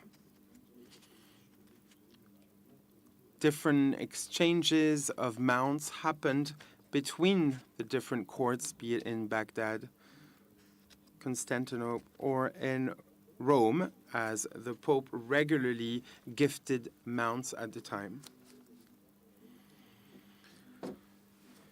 Which led me to wonder about the significance of horses as a gift. It's a way to recognize the rank of noble to the recipient and to show that they are practicing the same type of activity. This gift is a way to create a dialogue based on common foundations. Horses are not just the most noble conquest of men, it's also a translator, although silent. In this case, it's not about religion, economical, or political issues. It's about the pleasure of using horses, and it's gifted not with war purposes, and we'll talk about this with Jack I and Henry IV, but rather to encourage less warrior-oriented practices such as ceremonies or parades, not to use it on a battlefield. Then progressively, over time, a personal will, an agenda started taking over. I took the example of Tsar Nicholas I in Prussia when he gifted King Frederick William a series of horses and carriages which he successfully trained. We read in the Stud Farm Chronicles that it's impossible to see anything equal to the beauty of the Asian horses of these carriage. Of course, the point for Russia is to show their technological superiority. What matters here is not the horses, but the actual carriage. This would be equivalent to a Mirage or a Leclerc tank in our modern era. Horses have a triple importance in diplomatic relations. It's a way to affirm the power of a state and its sovereign. It has a cultural and symbolical value, and the beauty can also transcend aesthetic canons throughout the world. These are the three main pillars that can help us see horses as a diplomatic gift. As you said earlier, there are two interesting examples which are presented in different documents at the Versailles Library, which shows the wealth of our funds, of course. That includes a first example, a gift from Henry IV to the new King of England, Jack I. Just to give you some information about the context of a gift, a historical reminder.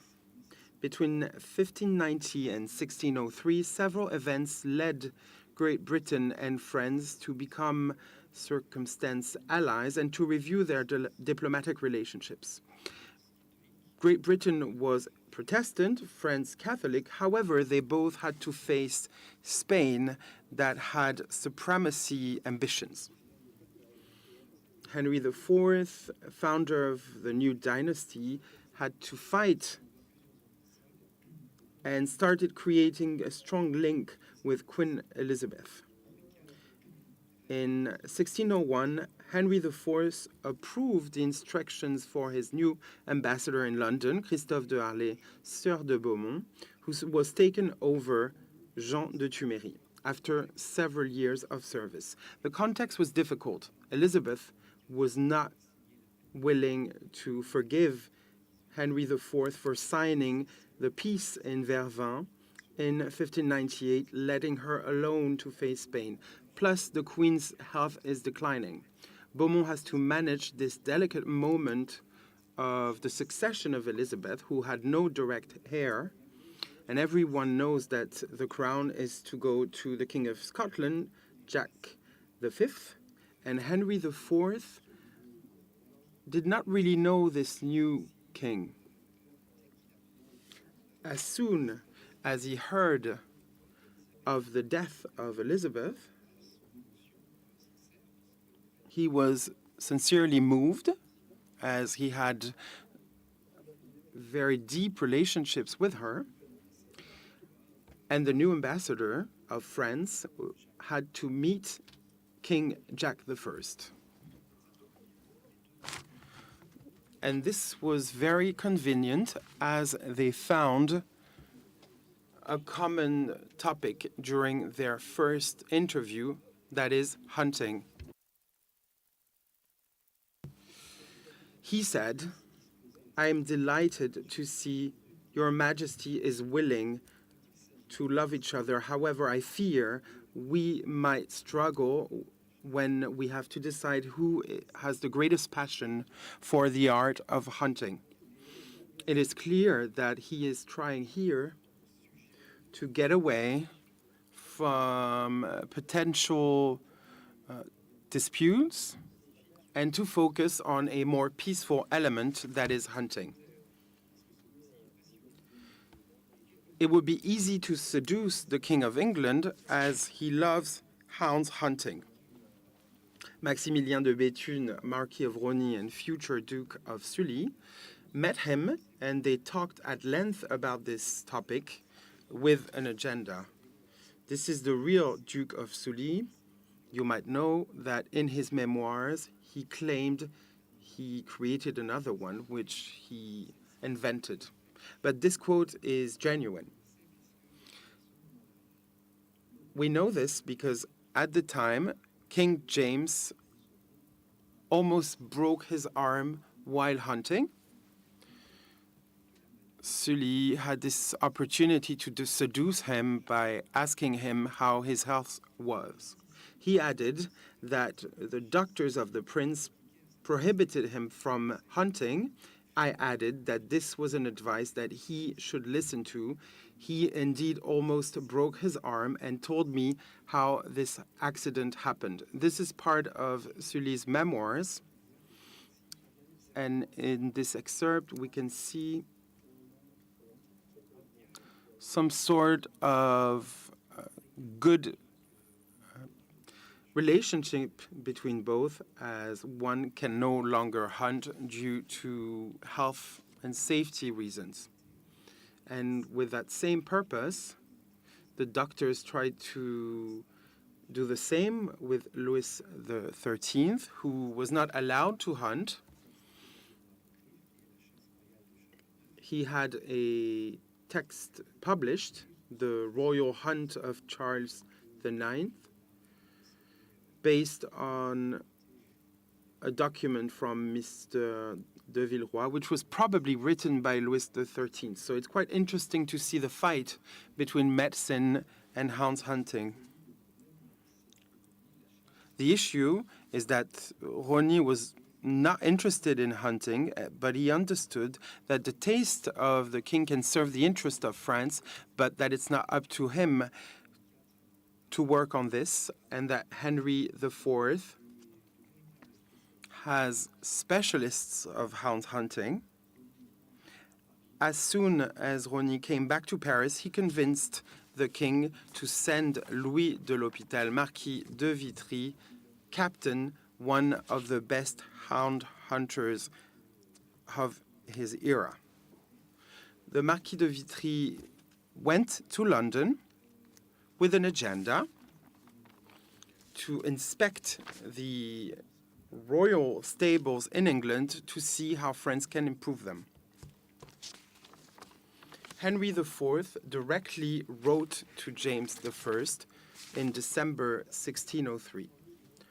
Le Sieur de Vitry, who came back and told me that you wanted to have trained horses and an equerry chosen by myself, that is, my nephew, your son. I chose one who will be presented by an ambassador who confirmed that he was skilled, and I would like to give this position to my own son.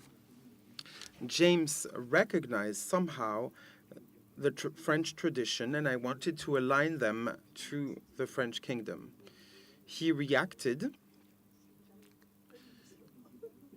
taken over this medieval tradition. We talked about Byzantium earlier, and this is how in 1604, 6 horses left France for London, led by Pierre-Antoine Boudin de Saint-Antoine, the equerry chosen by Henry I.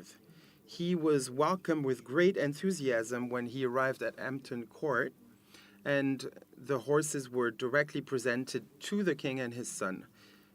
The Prince of Wales also received several bidets for his equestrian education.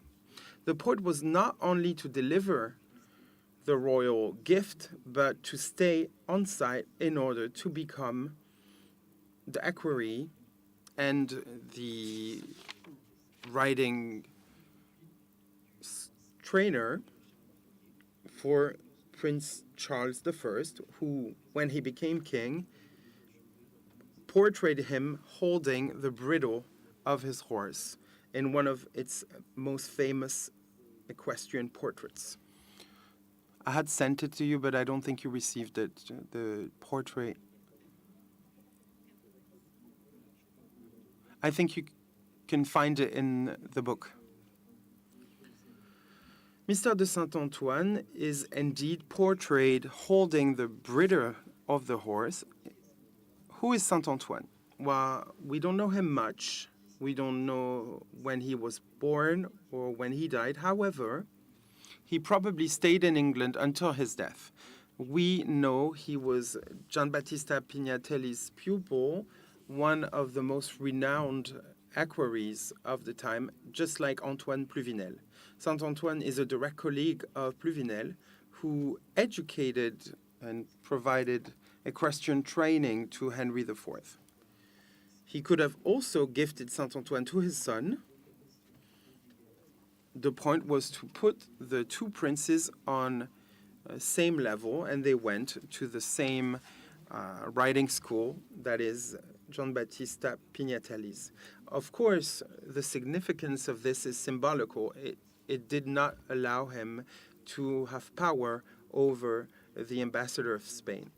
However, the diplomacy of gifts remains a way to strike people's spirits, but cannot be a way to make people forget about more urgent political motives. Just a few decades later, and I'll talk about the second gift that I studied, which is part of the history of negotiations of the kings of Sweden. This book is part of the Versailles Library. In 1673, there was a war between France and the United Provinces, and Louis XIV was worried about the conflict becoming international. He decided to protect the latter by creating diversion in the north by asking for the services of the King of Sweden. However, the context had changed. First of all, because Sweden was more distant towards France, and Louis XIV was tired and decided not to sign a new treaty or even to reach out to Denmark.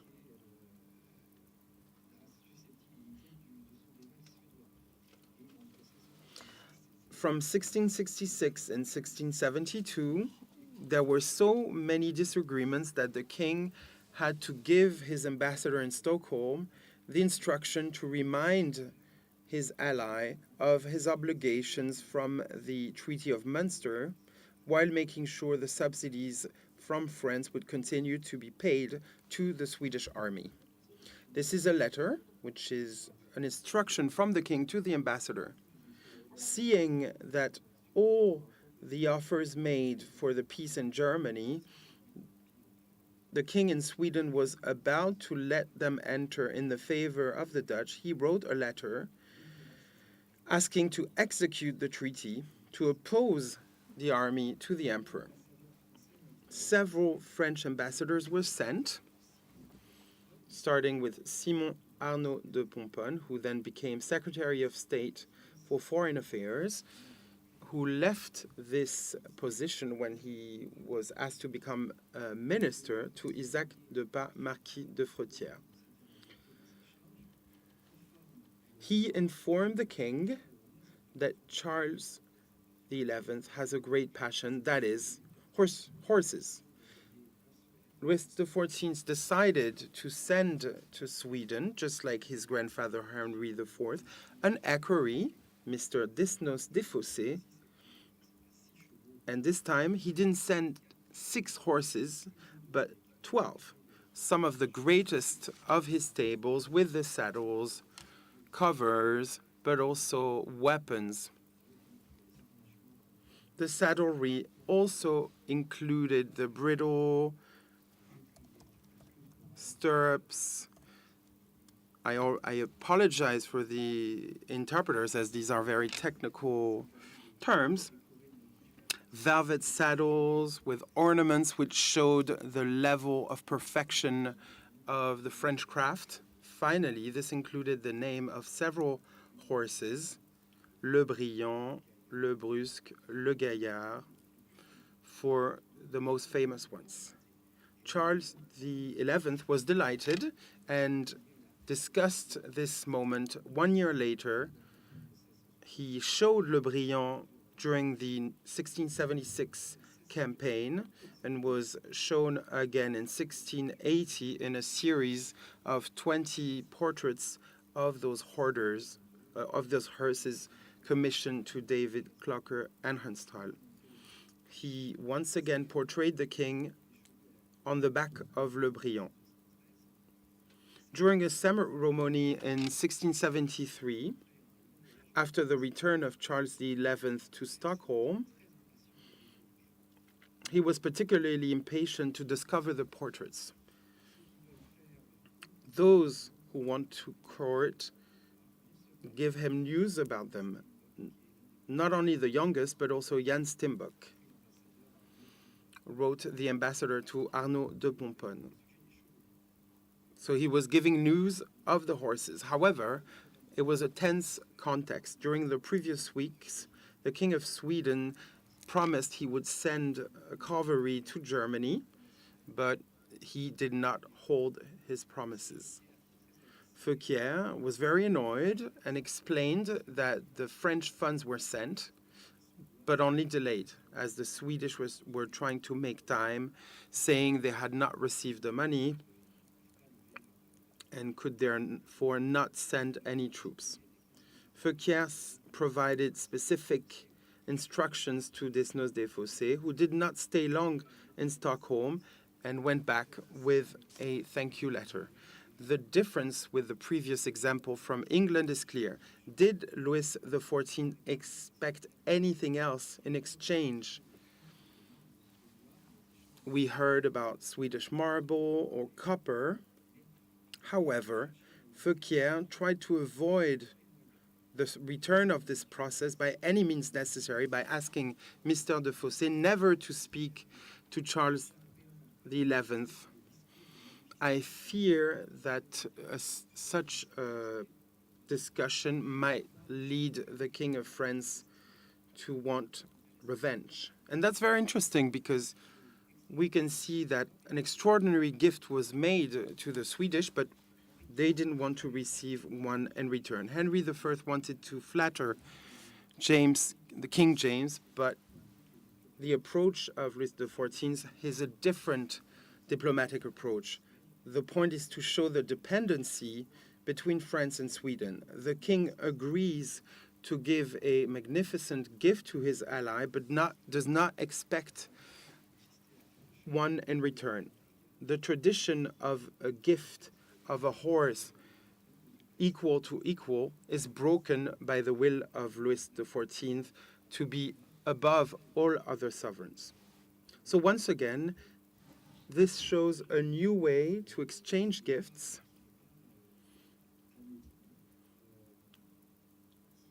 which has a lot of meaning.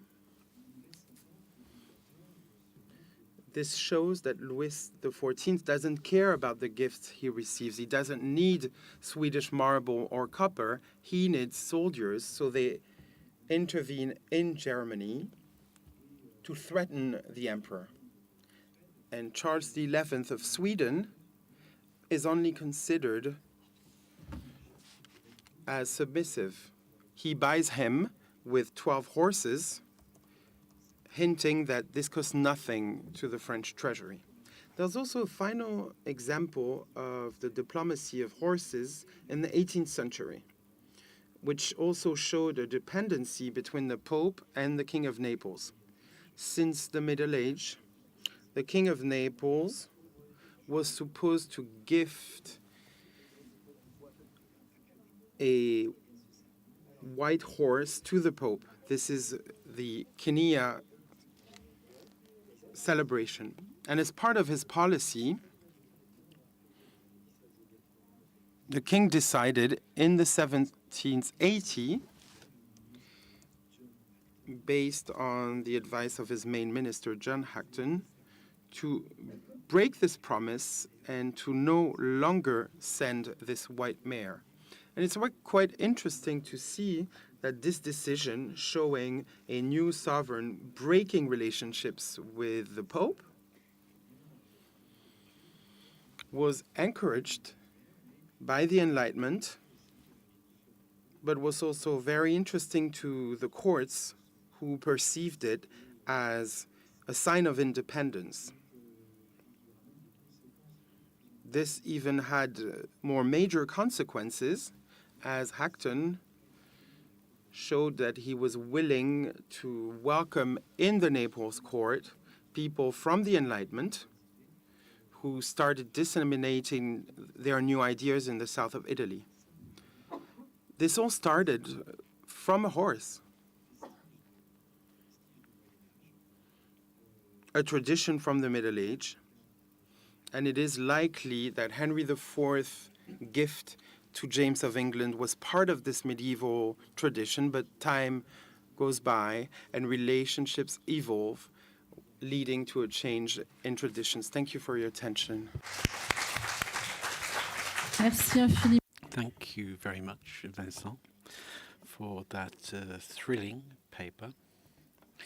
We would have liked to know much more about it. It's very interesting to see, notably with Louis XIV, the nuances in the approach. Perhaps one of the finest diplomatic gifts in history. But it's quite interesting between France and Sweden because, in fact, the names of the horses each have a name. And here we have the ornaments from Le Gaillard. But when we read their archives, they're of different names. So names, in fact, were changed. So as we have managed time so effectively, we have between 5 and 10 minutes left for any discussions or about this morning's proceedings. I think there's somebody there with a microphone if there are any questions that anybody would like to ask.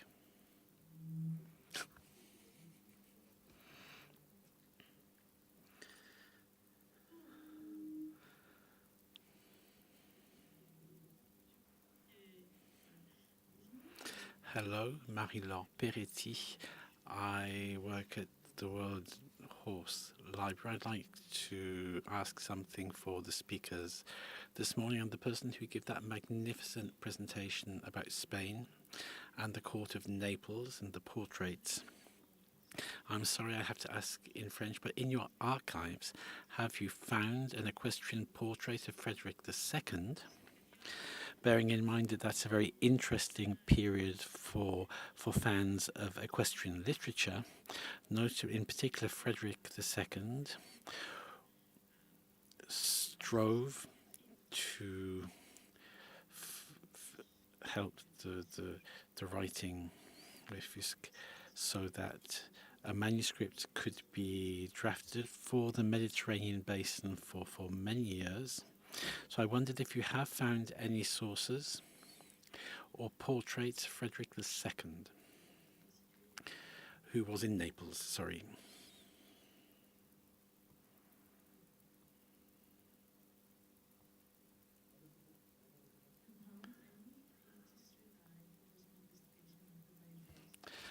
I haven't been able to dig on more portraits on other people that were not viceroys, but it is true that it was very rare to before the middle 17th centuries to find equestrian portraits. I believe there was just one sculpture of Alphonse d'Aragon, but it is surprising precisely that there's no many equestrian portraits before that time.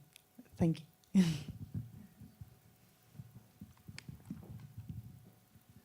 Merci beaucoup. Thank you very much. So I'd like to make some compliments to the staff of Versailles who've arranged this magnificent exhibition and who've taken the initiative of organising this event. Really, I'd like to thank you for the quality of all the speakers. It's very rare to talk about horses. Most of the time we talk about saddles. That's the problem in the world of in different armories around Europe. We see the armor, we see the saddles, but we don't talk about the quality of the horses, which was absolutely essential. That was really the source of power. It was the quality of the horses on which power was based. Unfortunately, the horse, it's the force, the horses, we can't have any horses here. But each horse is different from the others. The horses aren't very far away. They're just over in the stables. But really, it was fantastic. But we see in the different armories we don't have those horses. The first stable was Dresden's princely stables, where in 1588 they would take people in to see the horses first. So here you have the great advantage you have the horses nearby. So before everyone leaves, I would have liked to know when there's going to be a museum of the horse here in the stables, where we show the history of people like San Severino, who was the first to work in equestrian art, an equerry of France. All the different figures we've just mentioned. I think it would be much more interesting to talk about equestrian art, haute école equestrian art, how to do the most spectacular leaps to win the favours of Francis I. So when are we going to have a museum for horses, really, the horses themselves here in Versailles? Thank you for your enthusiasm. You referred also to the Duke of Gonzaga, and perhaps this morning we should have referred to Mantua also, where the horse is almost a religion. So I didn't say this, but in the publication it's not just a catalogue of the exhibition, it's much broader and includes things that aren't in the exhibition. You have the director of the Museum of Mantua in the catalogue, who has written a magnificent article on the horses of the Gonzagas and that they bred. Regarding a date as to when we're going to have a museum of horses here in Versailles, we have already talked about this, about the restoration of the grand stables. Now there is a campus there. Perhaps one day, we hope, that this will be possible. But pending that, there's also the gallery of the carriages as well. But this exhibition does show all the wealth, just how rich a subject this is. And there is so much here in Versailles with the stables and haute école equestrianism. And there's a lot of interest from the general public for this subject and Versailles. So I'm sure those who decide these things have heard your request. Just to add to what Hélène said, Unfortunately, our director had to leave for his professional obligations, but we have a lot of things that could be that on show in the stables with the carriages, for example. That's the choice that has been made so far. That does not mean but in fact, if we wanted to organize these international days, it was with the idea of continuing on from the Olympic Games here at Versailles to show the uses of the horses and through the centuries in the past and present. So for the future, everything remains possible, but thank you for your enthusiasm on the subject. If I could just add one more thing. A museum is a collection. And we don't have all that much on horses. I mentioned this. So we have whole parts of equestrian history where everything has been lost, and we see this in the exhibition. The works from Versailles do not form the majority of the exhibition. There are obviously some very famous equestrian statues, but which can't be moved. But obviously, yes, it is a subject historically which has its place here, but we can't make a museum just on paper. We do actually have to have the collections. So very often the first question that comes up is, what collection can we exhibit? We have the spaces. We have a fabulous collection of the carriages. So that is now being shown in a new presentation with new spaces to present it all more coherently. But if you really think about it, what collection could we show or display in this hypothetical museum of the horse? We have little here. We have some equestrian portraits of kings, so we do have some things. Some things are on display in the spaces they were created for, but unlike the other courts of Europe, here we would love to say, but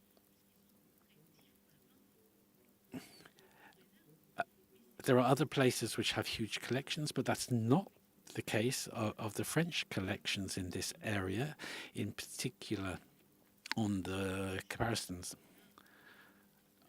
We have nothing from the 19th century. There are also the sleighs, and with the comparisons in tiger skin and others, but we only have the mentions in the archives. We don't have the items themselves. So, and even the archives are elsewhere. The archives have burned. So these are things. When we read these things, obviously we dream about all of this, and we have found what we could in the different courts in Northern Europe, but there are whole sections of history where we have nothing. So there are, and we can't always ask for works to be placed on long-term deposit from other museums, so that does raise genuine questions. It's not as easy as all that to do that.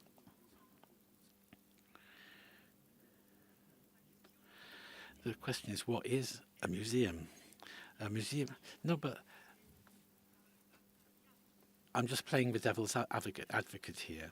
There are lots of museums here which are much more lively. Personally, in the Louvre, which is totally out of context.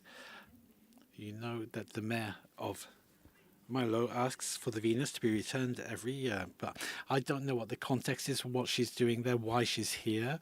All I see is something which is out of place, an object, almost with a price tag on it. And that's the question of what a museum should be today. Should a museum not be more than that today? So there's that lack of context, especially on the question of horses. Absolutely, but as regards that context, you can also have different interpretation centers explaining things, or with historical reconstructions, different things are possible. If that's what we're going to be doing over the next 2 days, we're going to be seeing equestrian presentations from Jerez and Sintra.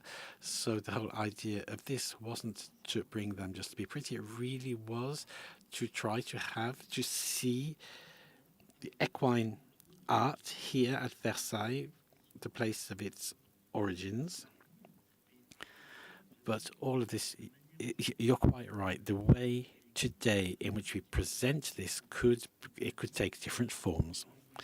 Not necessarily just the form of collections, but what Hélène says is right. The collection is necessarily a key factor in this when we're working on presenting something to the public.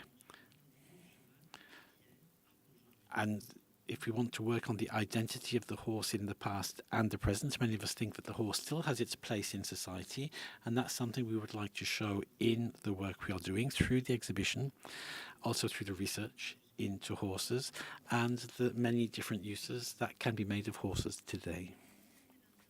If I could just step in, Hélène Dubois, in charge of the horse collection at the Museum of Saumur, and behind me there is man who is in charge of the horse collection at the Museum of Chantilly.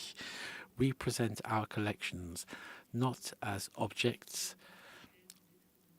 hung on the walls just with saddles and stirrups and things like that. We really bring our collections to life. There's also a very fine Hermes collection which presents the history of the horse. The horse is central to all of this. There's not just Paris and Versailles talking about horses. There are other places too. So I encourage you to come and see us in Saumur. Over the past few years, we've been changing the presentation of the exhibition every 3 years, choosing different themes which may be of interest on the subject of the horses, but also the relationship between the humans and the horses.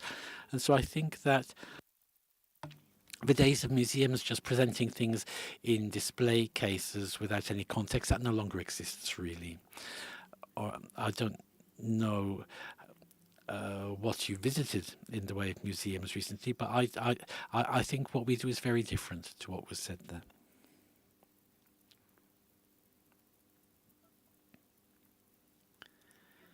Are there any other questions?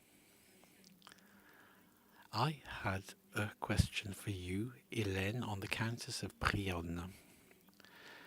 We said there were some portraits, but do we have any examples in art or in ceremonies of the Countess being presented as Grand Equerry, perhaps with a horse or with different symbols of her function? How was this shown visually or artistically at the time?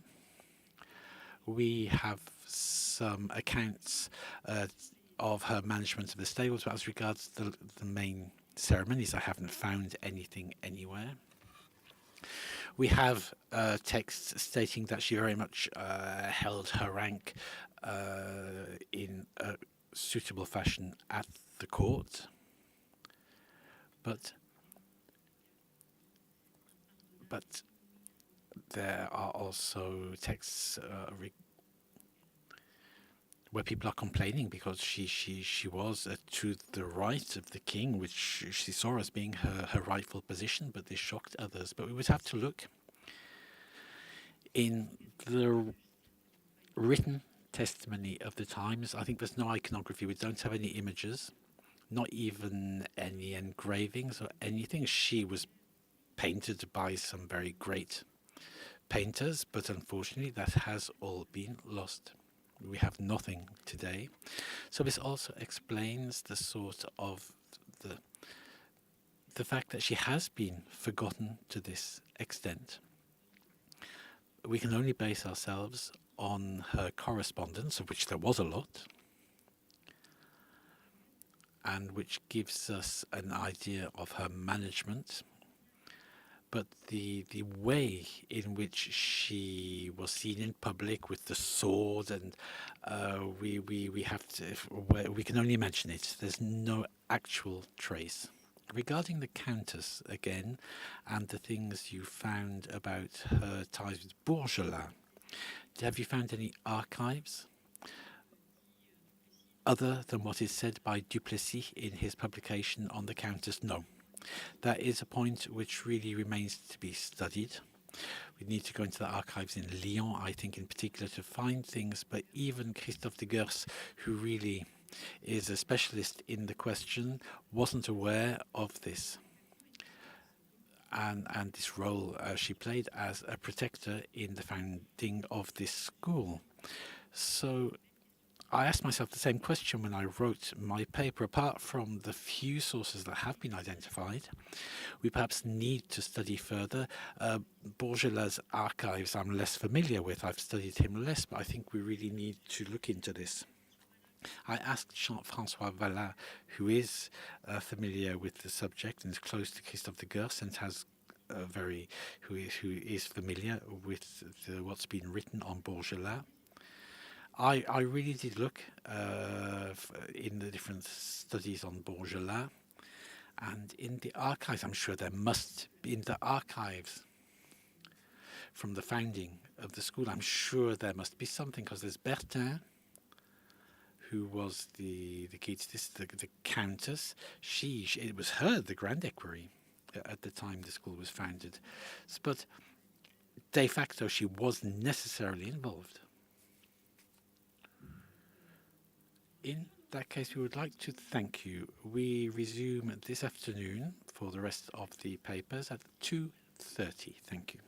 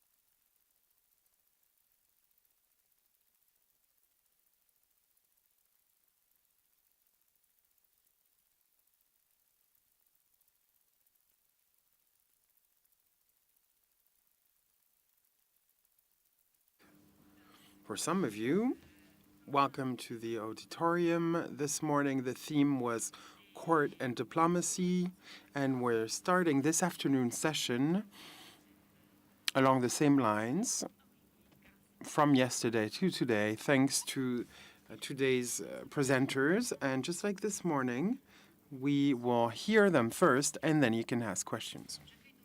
I'm welcoming first Myriam White-Le-Goff, professor of medieval language and literature at the University of Artois in Arras. She works both on medieval literature and contemporary arts. As part of her thesis on the Purgatory of St. Patrick, she studied the relationship between real life and imagination, especially with her book, L'Envoûtante Mélusine. Myriam White-Le-Goff, starting with Pegasus, helps us follow the genesis and the literature history of horses with knives of legend, the marvel of as companion. She studies the medieval period during which horses are marvelous power and companions of life and guides for men. Over to you. Thank you, Mathilde. Thank you also to the organisers, and in particular to Mathilde for being so kind and helpful during the preparation. First of all, I'd like to apologise because I'm the sort of person who isn't going to be speaking about the subject. We said this morning it's going to be from the Renaissance to the present day, and but the horse occupies a huge place in the imagination of humanity.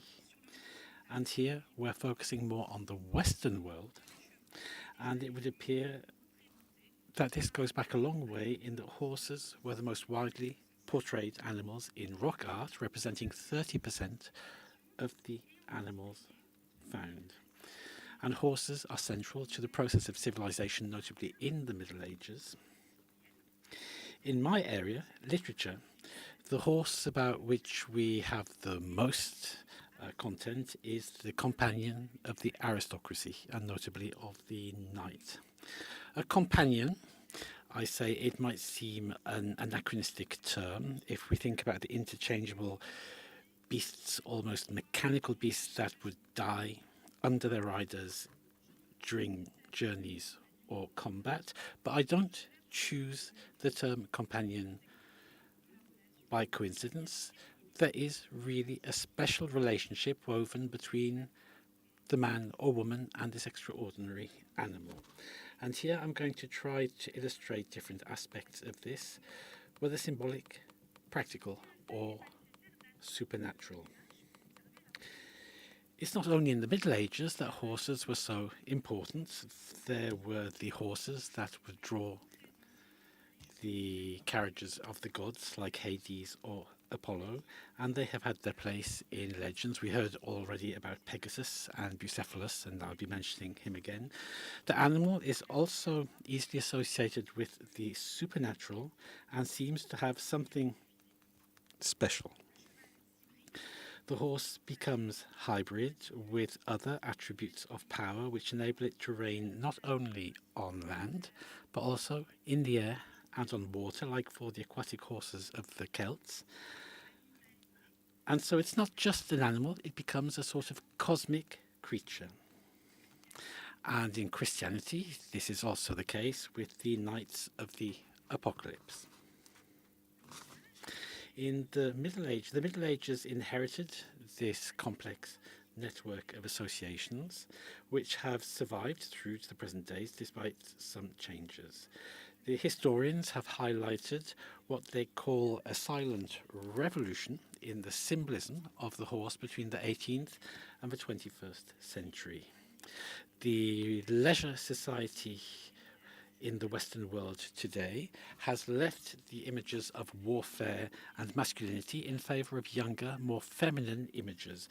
But nonetheless, in the world of in the automotive sector, the horse is still associated with the higher classes, social classes, and with a certain social status.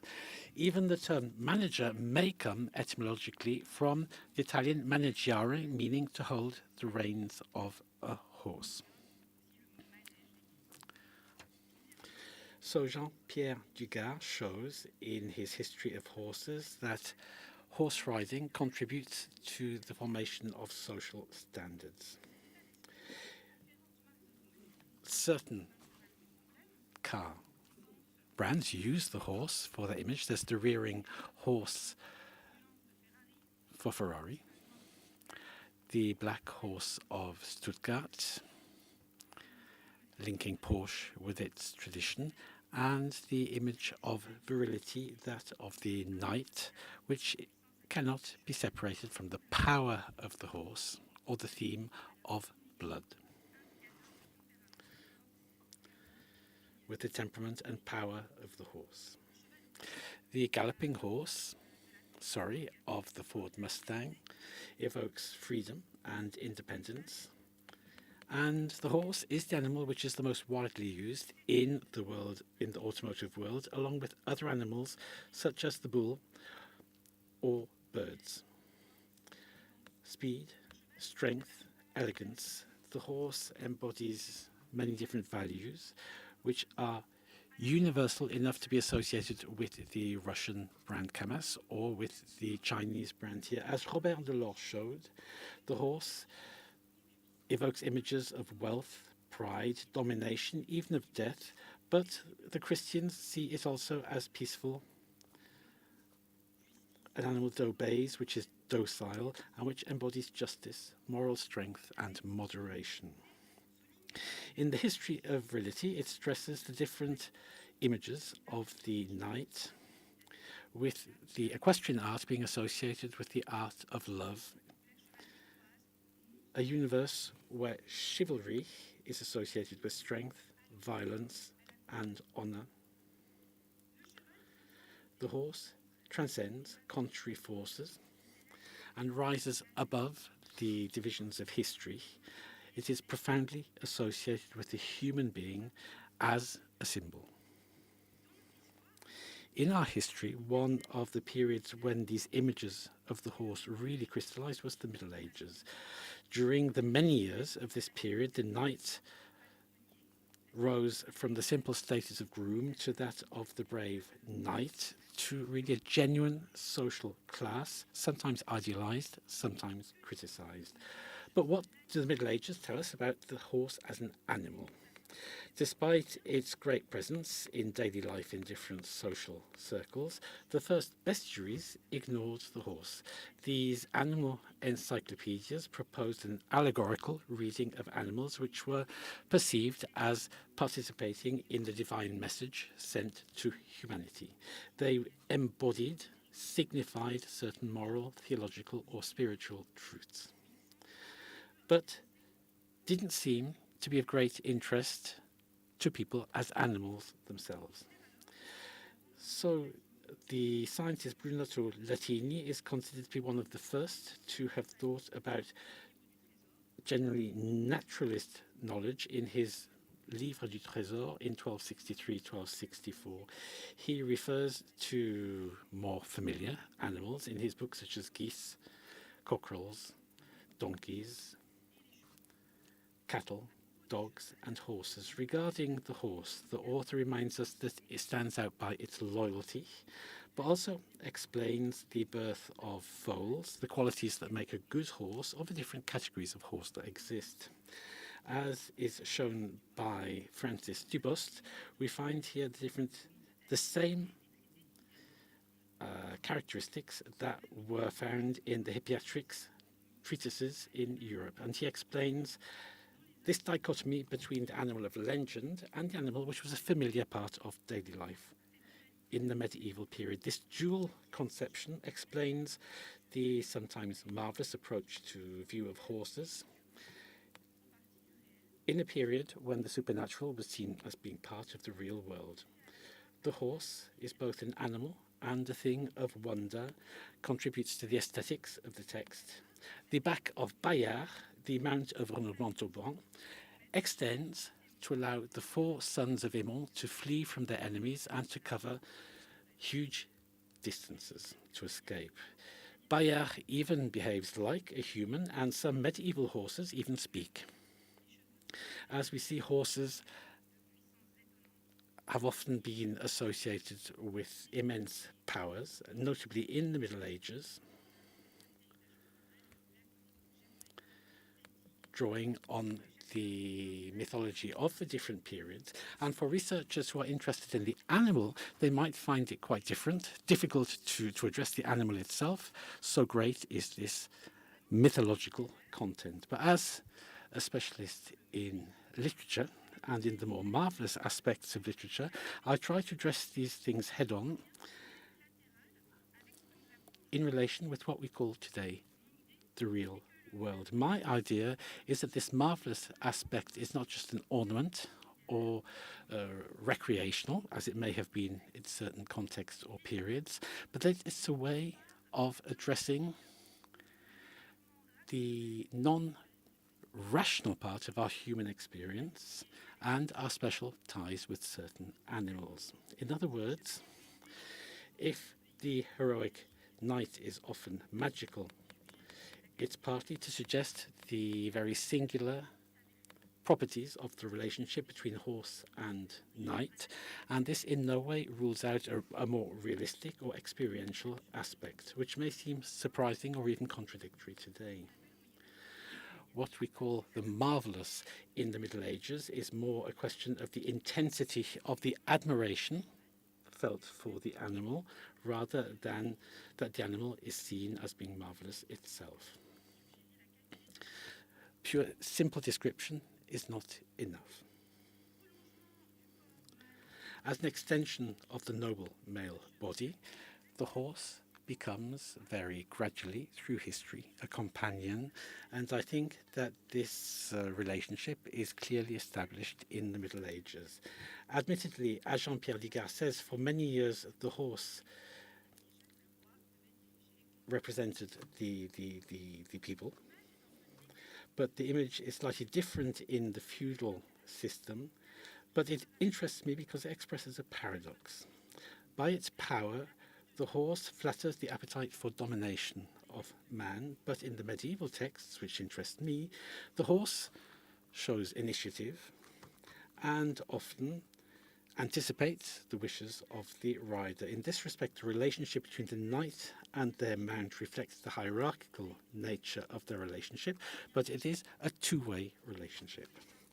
Like the medieval, in the same way that the medieval barons would rebel in many works in epic literature, the horse has a certain independence from its rider.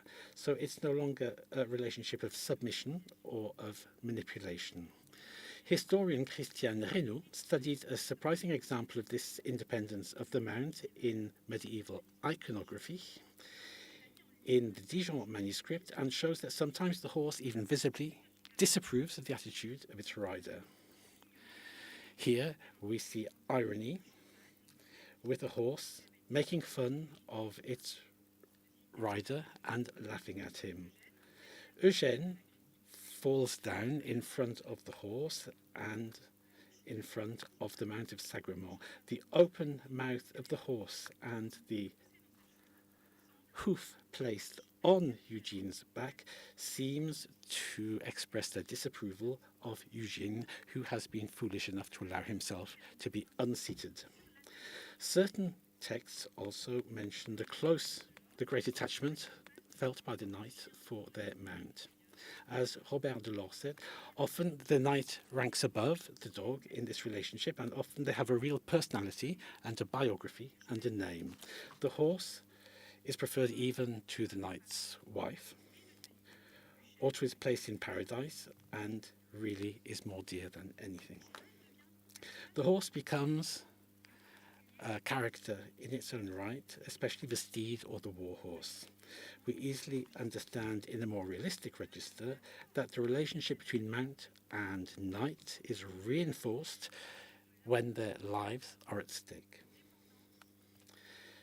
Reliance and confidence are then necessary. In the chansons de geste or the romances, we often see moments of tension, conflict and quench. For Bayard, who we saw earlier, it's not just a question of obeying in Renaud de Montauban.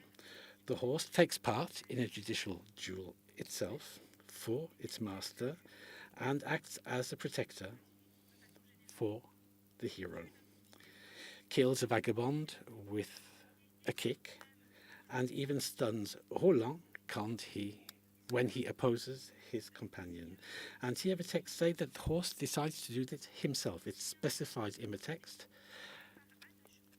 because of the attachment it feels for its master. And in the anonymous Lay of Crelant, when the hero disappears into the other world with the fairy, the separation is unbearable for the horse.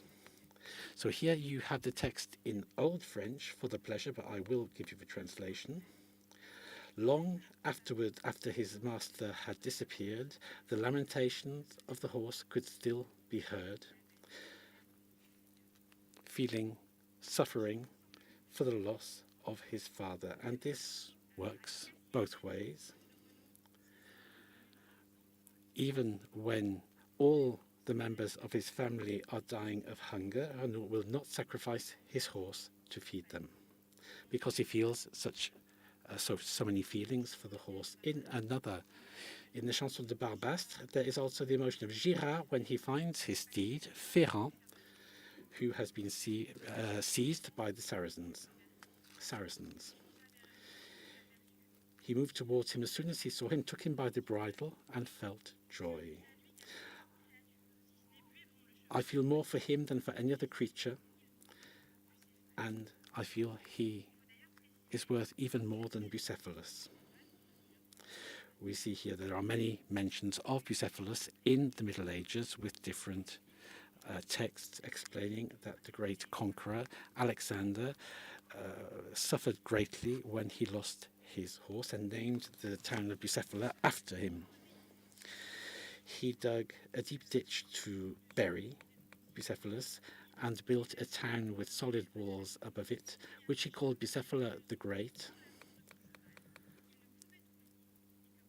in the name of his love for his horse that he could not forget.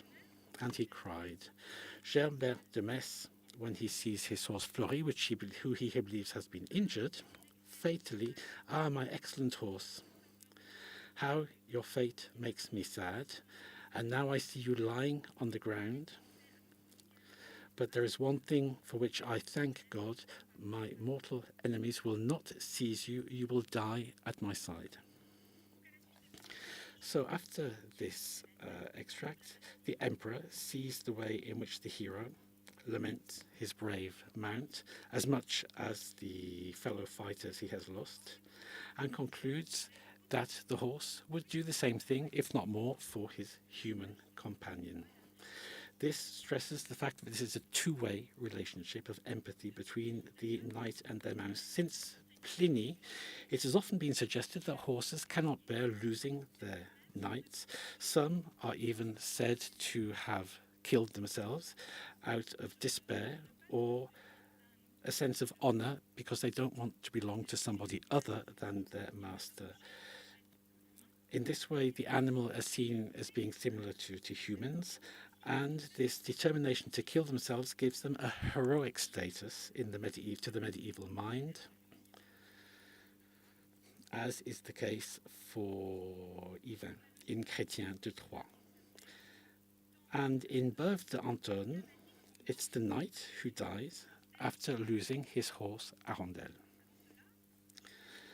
Before that, the horse is included in prayers for the dead, which might be considered a little unorthodox, but this reveals the power of this tie between the two species. And this close relationship between man and horse can be felt in the possibility they have to understand and communicate with each other. As we said, Renaud refuses to sacrifice his horse, even under pressure from his entourage who are suffering from hunger. He was preparing to give in, but was prevented by the attitude of Bayard, who kneeled down in front of him in submission. In this way, horses, and in particular war horses, become an alter ego for the knights. companions in war, but also in their lives, and sometimes even a guide for the knight. In different texts, there are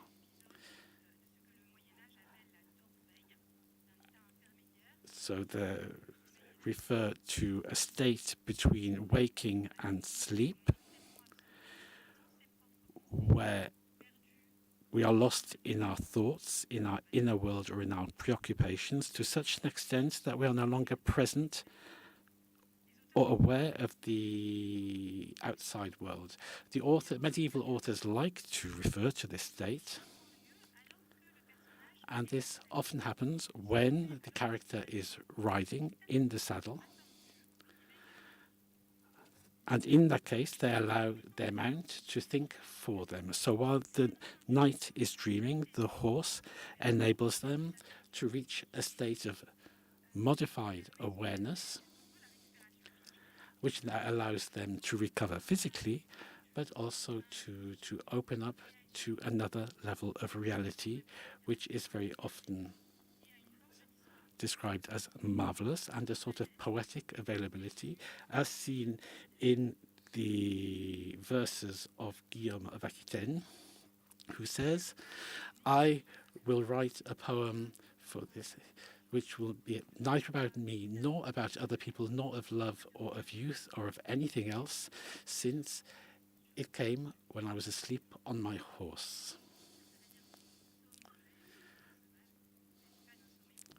So it's not a profound sleep here, but really a sort of absence of awareness. And so this relationship between man and horse is one of confidence and trust. The horse guides its rider, and sometimes and is an animal which is considered particularly sensitive, as in the Lettres de l'Enval by Marie de France, where the author refers to a trembling of the horse when magical animals approach. And according to Christian de Reynaud, in this illumination, the same series from the Dijon manuscript, Galahad's mount turns away from the perilous fountain, of which the knight is not even wary. So here it's not just serving as a companion, it's a warning to its knight. So the horse here can reveal to the man certain secrets, and in natural history, Pliny mentions this sort of premonition in war horses. And this affinity between the horse and the other world is something that's found regularly. This ability to pass from one world to the other is illustrated by this wild hunt, which is often found, which sows death. In an exemplum of by Jean Gobi in the early 14th century, a crusader asks his horse Morel to take him to paradise in his last combat. Between the man and their mount, this is the most precious and most fragile of relationships, as if the horse was there to reveal and also to guard the knight. We mentioned the ties between the changes in society and in equestrian art, notably in the conception of the relationship between man and animal. In his manifesto of companion animals, we see the mutual tie between man and animal when they have spent time together. It seems that this contact with the animal leads the human to look for the best part of themselves. We began by mentioning mythology, and we're going to conclude with a reference to the centaur. We saw an image earlier. This hybrid creature is an image of the close link between the knight and their mount. And still in the same series, Christian Reynaud studies an example which is quite comical here, an example of this relationship in this image, where the horse of Tristan gives the impression of disapproving of the failure of his master. And here we also see how in combat, in these images, we see the emotion of the horse, which is more visible than that of the man. As Christian Reynaud explains, the horses in these images don't have the same protection to cover their body and their faces that their knights do, which makes them more easy to read. They are a vector of emotion.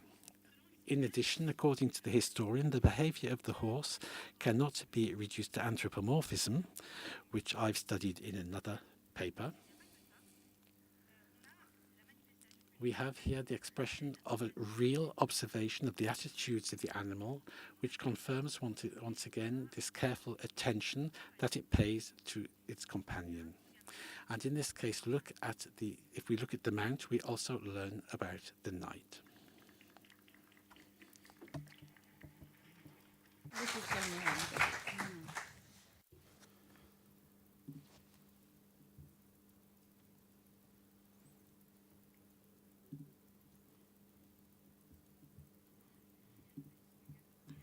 After this marvelous trip, we are moving forward through music this time, especially Wagner's romantic music.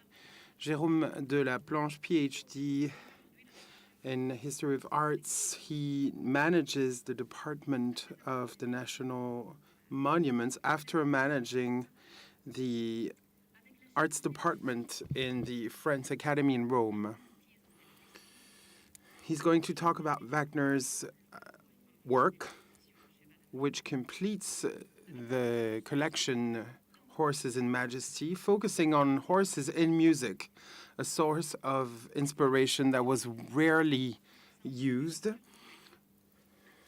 This is a new reading, an intimate vision of the work. We will never hear it in the same way. Thank you so much for this presentation, for welcoming me, for the organization, the symposium, and the exhibition. And my presentation is along the same lines of yours. We are almost saying the same thing, so I might repeat some of the things you said. So, yes, indeed, horses are very much present in arts, but the animal is actually very rare in music. Opera, which often focuses on elevated themes, ancient history, should give its space to horses. However, horses are absent from operas.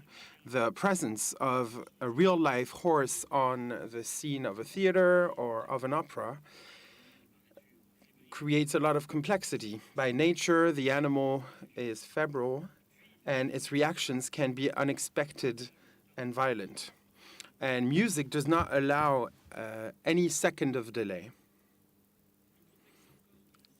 Even more complex than just having a horse on stage, riding it, mastering it is even more difficult. We saw equestrian portraits this morning, but imagine a singer riding a horse. That's a different story. Having an opera singer riding a horse is a complicated business. Having it galloping or rearing is simply unthinkable. Taking into account those difficulties, librettists and opera composers avoided imposing the presence of a horse on stage. However, there is a famous exception, the one I will talk about today. Richard Wagner, in its famous tetralogy called The Ring of des Nibelungen, gives its space to the noble animal. The tetralogy, as you might know it, is a series of 4 operas, drawing inspiration from the Germanic and Scandinavian sagas, telling the rise and fall of heroes and gods. The piece was composed from 1848 to 1874 and was created in Bayreuth in 1876 in a theater built for this purpose. The second part of the tetralogy is an opera called The Valkyrie, a very popular work due to its famous ride of the Valkyries, which we will study this afternoon. Here I am showing a piece of the set. As you can see, it's quite unrealistic, but that was the wish, and any fan of Wagner cinema would adapt the work. We are going to dissect this piece where horses have a crucial role. Here, I'm showing a postcard from one of the opera singers who created the role, posing next to the horse, but she's not riding, she's just posing next to it for the picture. As I was saying, the tetralogy gives a big space to the horses. The horse of the Valkyries, the horse of the hero of the work.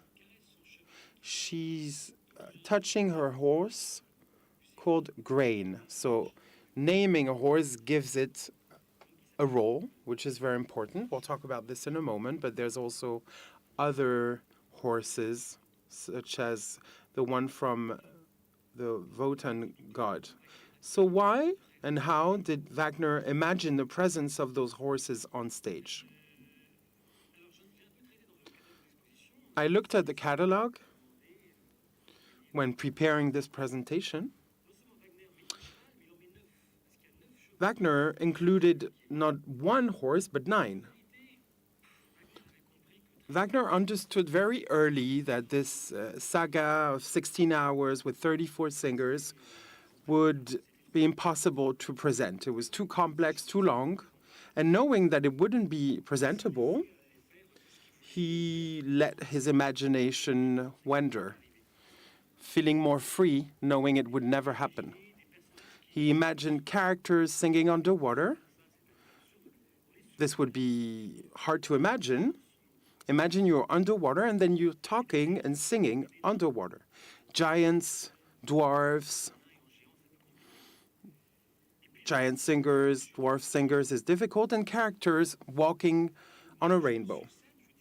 With 9 horses on stage, galloping in the sky, over clouds, a fight with a dragon, a sea of fire, an overflowing river. Imagine presenting this in a theater and a general fire destroying everything. So you can see how complex this would be to present. So he didn't really bother about feasibility, and when this was presented, he was actually very disappointed. Whose fault is this? We are going to try and answer this question. First of all, what you know as the Rite of the Valkyries is actually a small piece of a concert that started in the prelude of the 3rd act of the Valkyrie. They got rid of the voices, made a small standalone song, which is quite barbaric, using a piece of the concert just to make a very small melody. When you study the piece, you have to make a distinction between 2 leitmotifs. A leitmotif is a small piece of a theme. Could be a melody, can be a harmony, chords, but also an instrument. So any musical support with a symbolic conveying a meaning could be an object like Wotan's spear, a feeling, sentiment like love, a climate, phenomenon, storm, a place, the Valhalla, a philosophical question, redemption. So pretty much anything can be conveyed by a leitmotif. There's 2 in this case. Hopefully we'll hear the song now. This is the first leitmotif of the rite. We don't hear it. Je recommence. I'll try again. Ça marchait tout à l'heure. It worked earlier. It's not working now. There cannot be a conference without any sound.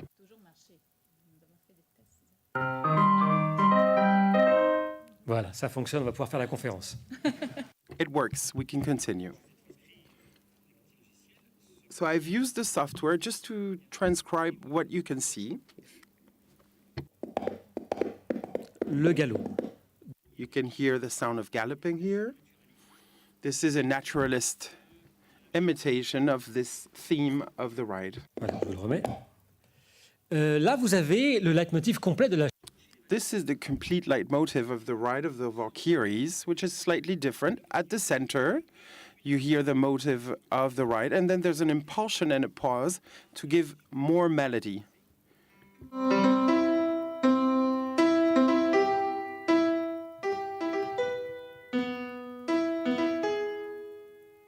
Voilà, si vous avez suivi. Et là aussi, cette... And here again, the ride, although it's more melodic, is quite close to naturalism. This is a very famous image from 1887. Wagner didn't know it, of course. Ça marche assez. And it works pretty well. Donc voilà le... So this is the musical material that we will be studying together today. And what makes this presentation quite complex, let me check the time. L'objet de... The purpose of this presentation is to show you how this simple motive that everybody knows can be transformed and merged, altered. A leitmotiv is not a theme. It's a series of metamorphoses. The theme appears in the prelude of the second act of the Valkyrie. It's very visible. You'll hear it. But I'll present the entire prelude, which lasts a minute and a half or 2 minutes. And very strongly, you'll hear the theme of the ride. Wagner's music always has a meaning. It's never just music. It's a storytelling based on notes. This was said very early by Wagner himself, by Nietzsche, Jean-Bernard Shaw, Paul Valéry, Thomas Mann, Proust as well, I believe.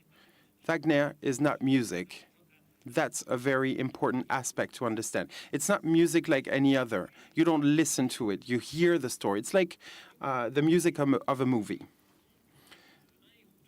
The story here is two heroes, Siegmund and Sieglinde, a couple in love, created by god Wotan to try and get them out, or him out, of the difficult situation he's in. He's trapped due to this ring, which gives power and that he's lost.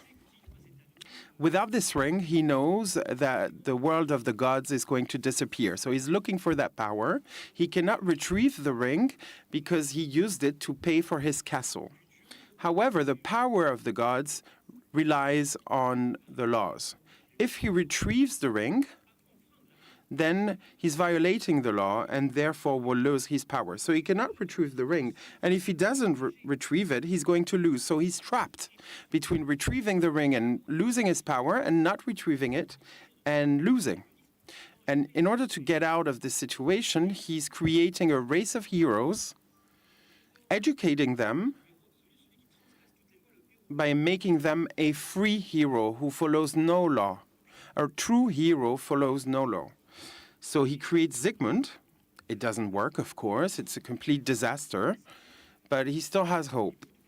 And what's not planned is that Siegmund is falling in love with Sieglinde. So a love story emerges. So it's a total disaster. The Siegmund project is a failure.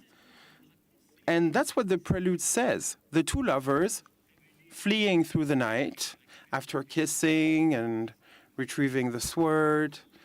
They run through the night. That's the start of the second act. And they unite in the forest, sexually. From this union, Siegfried is born, the new generation. That's what the prelude tells, the story told by the prelude. So the theme of the sword, you're going to hear it, but it's been altered, which is followed by the theme of love, which is very romantic, very violent.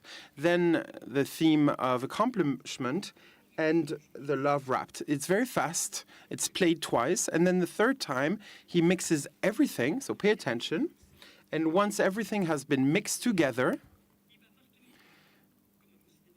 just like in cinema, the frame changes from the couple towards the horses of the Valkyries with the very strong theme of the ride, which we just heard.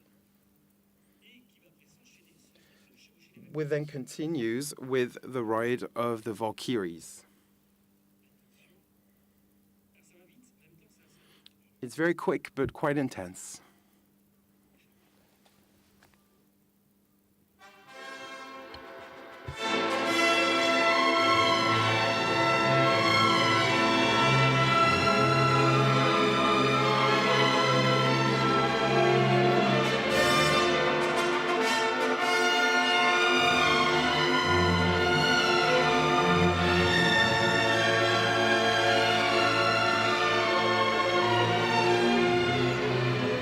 Et après, on mélange. Then it's merged together.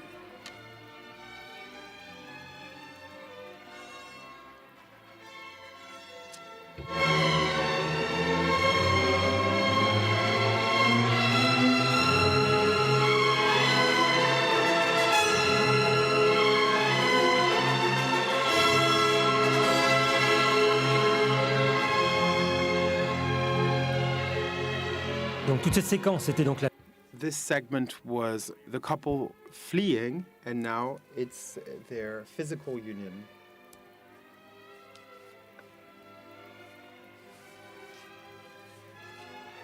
A very brief one.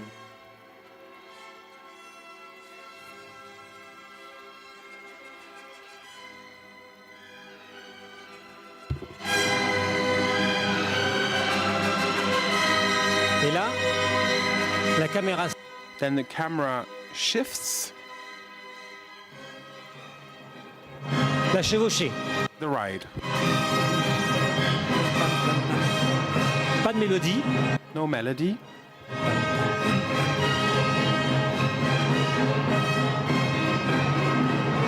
Et le thème. And the theme.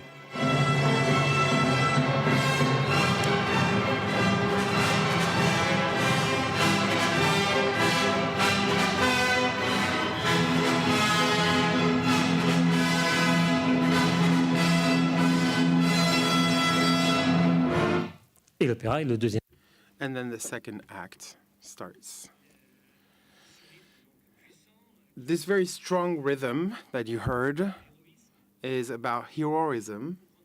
And in order to understand Wagner, you need to be sensitive to this tragic greatness. And I like this quote from Baudelaire, who used to say about Wagner, the specificity that struck me the most was greatness. It represents what's great. It pushes you to be great. And he wrote a letter to Wagner.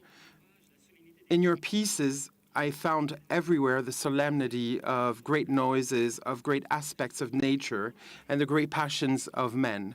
You immediately feel elevated.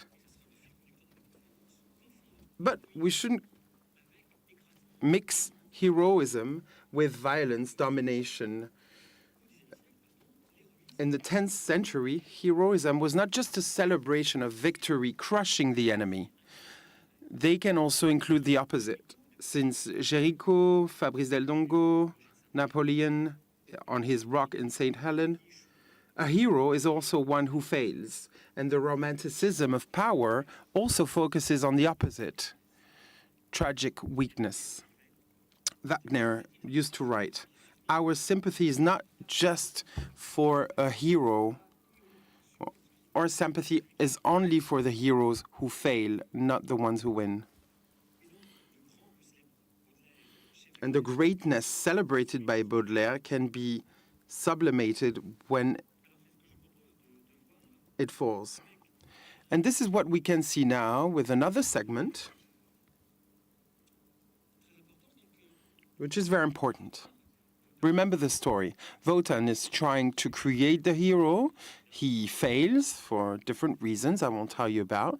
He's very angry because his daughter decides to continue with the project. Although Wotan decided that it failed, the gods will die, and he's waiting for death, suicide. And Brunhild, his daughter, says, "We're going to make it. We need to continue." The angel's rebel, he becomes very angry and tells her to kill Sigmund. She's shocked and says, "I've never seen the father of victory so angry." I wrote it in German and French, and in the middle, the leitmotif that we can hear. It's going to start with the theme of bitterness.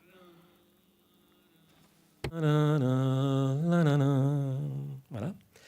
Qu'on va entendre dès que je... You'll hear it from the beginning.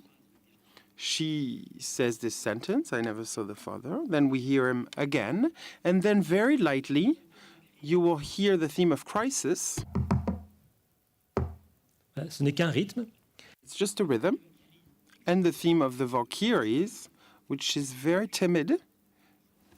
2 fois. Et puis après, voilà, que le poids des armes me pèse. And then the weight of the arms, so light in joyful battles, but in a deadly battle, I feel anxiety. It's very brief. Pay attention. The bitterness of Wotan.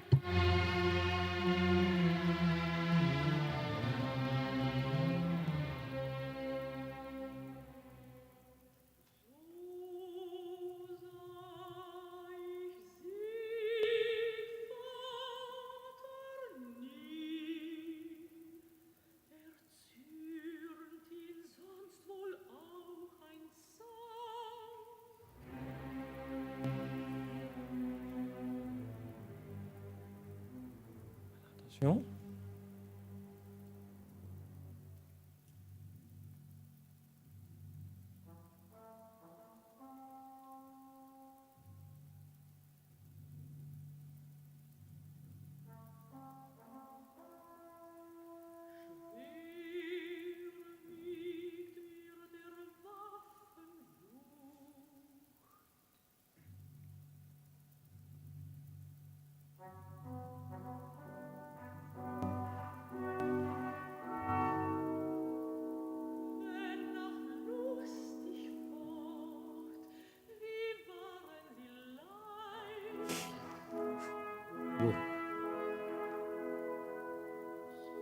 Voilà. I will accelerate. I don't want to take too much time to reach the most thunderous moment of the Valkyries when the theme is presented during the famous rite of the Valkyries. Some might think that romantic or post-romantic music is a body without a structure, but Wagner's work is very structured, and I'll present the Rite of the Valkyries with this system of different layers. It starts like this. Encore l'octave, C qui redescend. Donc c'est A, B, C. Add to this the theme of the rite. Voilà. Et donc vous avez cette structure A. You have a structure A, then with the B, the theme of the Valkyries, with the structure A, B, C, B, one theme, higher, higher, and then lower, A, B, C, B. Second time, then the development of the theme of the Valkyries as an echo, and then repetition of the theme with the format A, B, C, B. And you'll see that the general structure of the prelude uses the structure of the theme. On est là. Ça va être dur.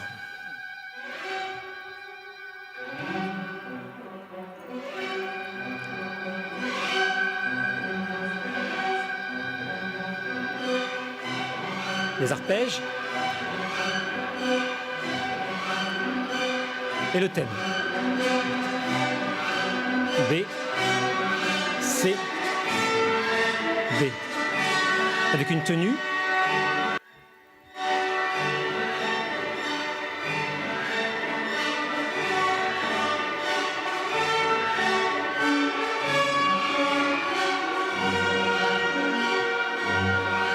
Et maintenant le développement. And now the development as an echo.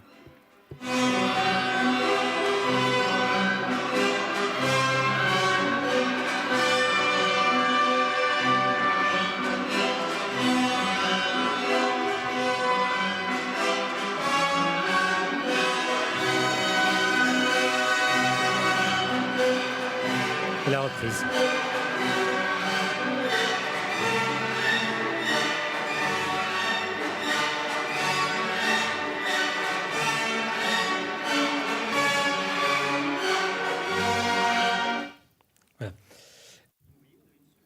So there was a general structure of the prelude repeating the general structure. I don't think I will have time to present everything I had prepared, so I think I'm going to move directly to the conclusion.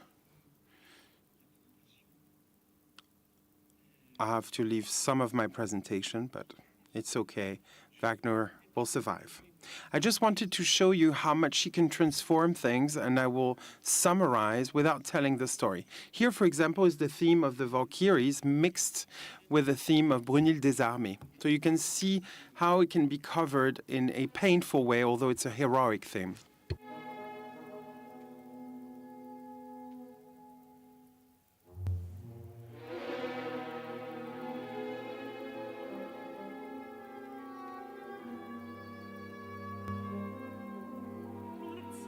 Et ouais, In this scene, she talks about her horse who just woke up. And she talks about her horse who's next to her. It's just interesting to see how Wagner planned for a horse to be on stage next to her. So the horse really exists. As you can imagine, stage directors actually try to avoid this scene, although it's crucial. And the presence of the horse is crucial. I'll skip this part and this scene, which is beautiful. Everything is beautiful. And I will conclude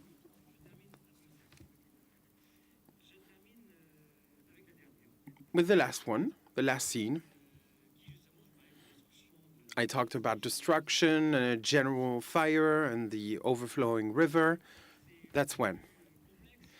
It's the most complex one and the most interesting one too, because it mixes all the leitmotifs together. So what does it say? This is the end of the story. 4 operas have passed, thousands of deaths, murders everywhere, many things happened, cheating, love, etc. And then a conclusion. How to conclude without talking about the drama of humanity, looking for power, looking for domination, of crushing everybody. And Brunhilde understands and delivers a message to the world, understanding that the world's unhappiness comes from crushing everybody and the only value is love and compassion. Once she sent that message to humanity,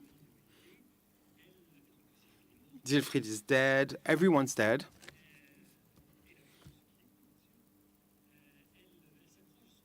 She leans towards her horse. She salutes the horse, Grain. Do you know, my friend, where I'm taking you?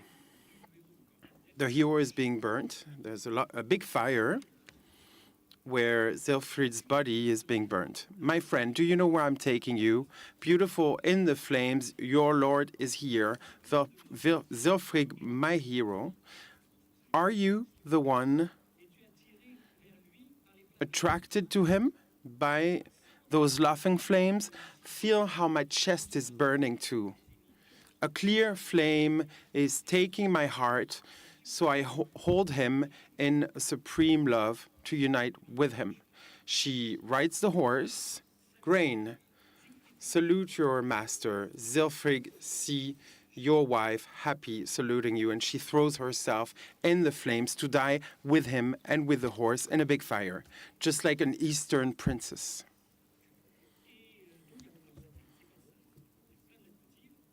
This scene includes many leitmotifs, but not too many. Then, tadam, tadam. OK. La Valkyrie, vous connaissez, mais que j'ai tous remis dans la bonne tonalité pour que ça soit bien proche de ce que vous allez entendre.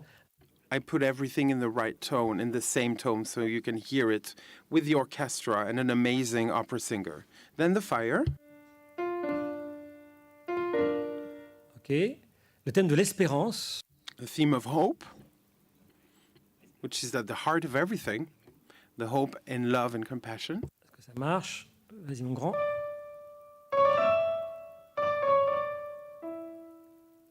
Et à la fin, on compte. And in the end, we won't hear it well, but still, the theme of the hero.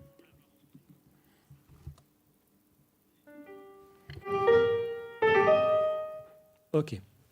Et donc tout ceci se mêle, attention. And this is all mixed together.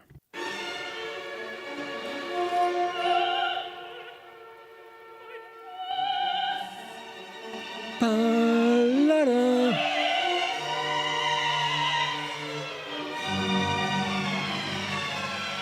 Salut à toi. On amène le cheval, Valkyrie. Bringing the horse.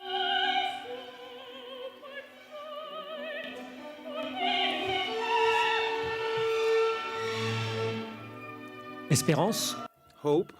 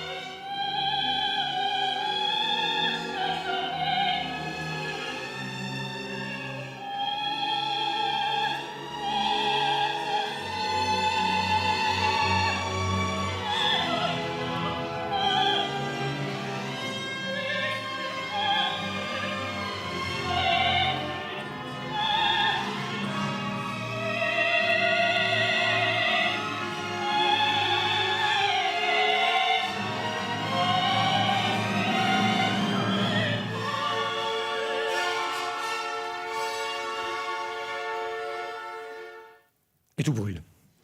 And everything burns. And regarding the last segment, can you turn the lights off, please? Tout se déclenche, pardonnez-moi. Attendez, hop, voilà, un peu de logistique, excusez-moi. Donc là, je vous montre. So I'm now going to show you, I can't read my notes anymore.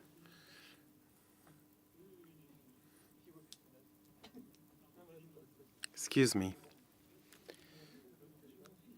So I'm going to show you a scene from a movie in 1955 called The Interrupted Melody, an American movie by Curtis Bergman, which talks about the life of an Australian opera singer, Marjorie Lawrence. And this opera singer was a great horse rider. She sang Wagner, riding a horse in this scene of throwing herself into the fire with the horse, an impossible scene.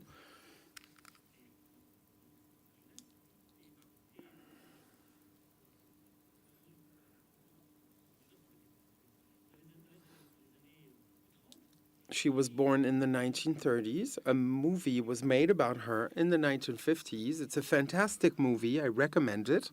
The Interrupted Melody, showing this scene, which is funny because she can be seen rehearsing, disagreeing with the director. I apologize, I couldn't find any subtitles. What she says is that she wants to ride the horse. She says she can ride the horse. Her brother arrives, says, my sister can ride a horse. The director says, no galloping. This is not a circus.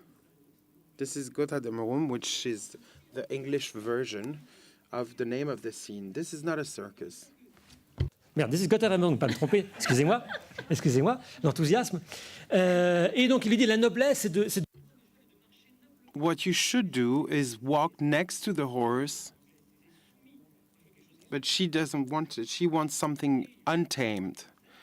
And the director forced her to walk, not galloping. Here's the rest.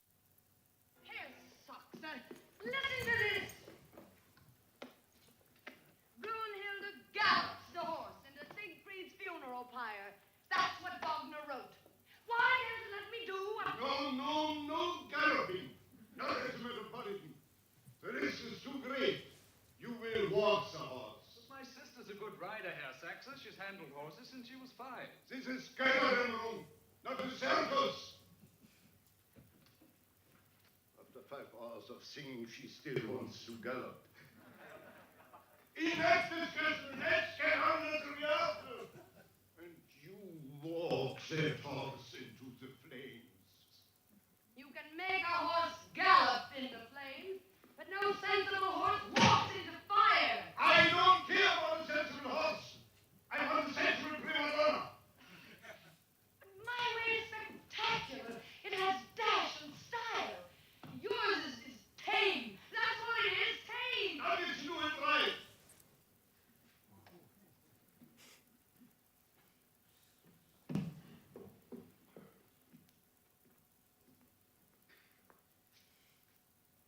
Watch him.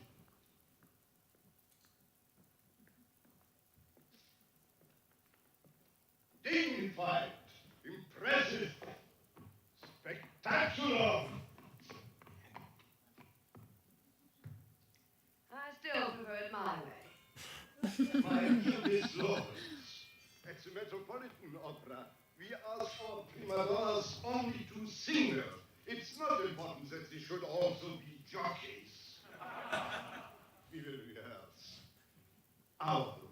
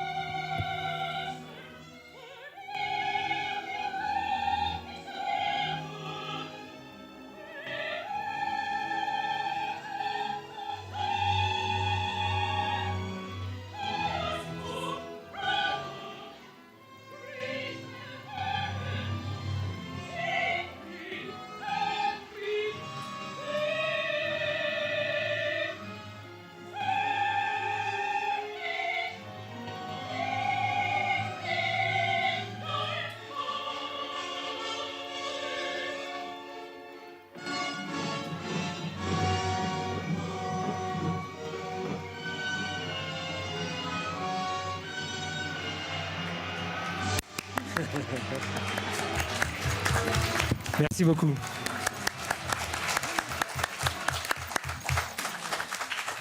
Merci. Merveilleux. Merci beaucoup, Jérôme. Vraiment, je vous avais dit, nous l'écouterons. Thank you very much. As you said, we'll never listen to it in the same way.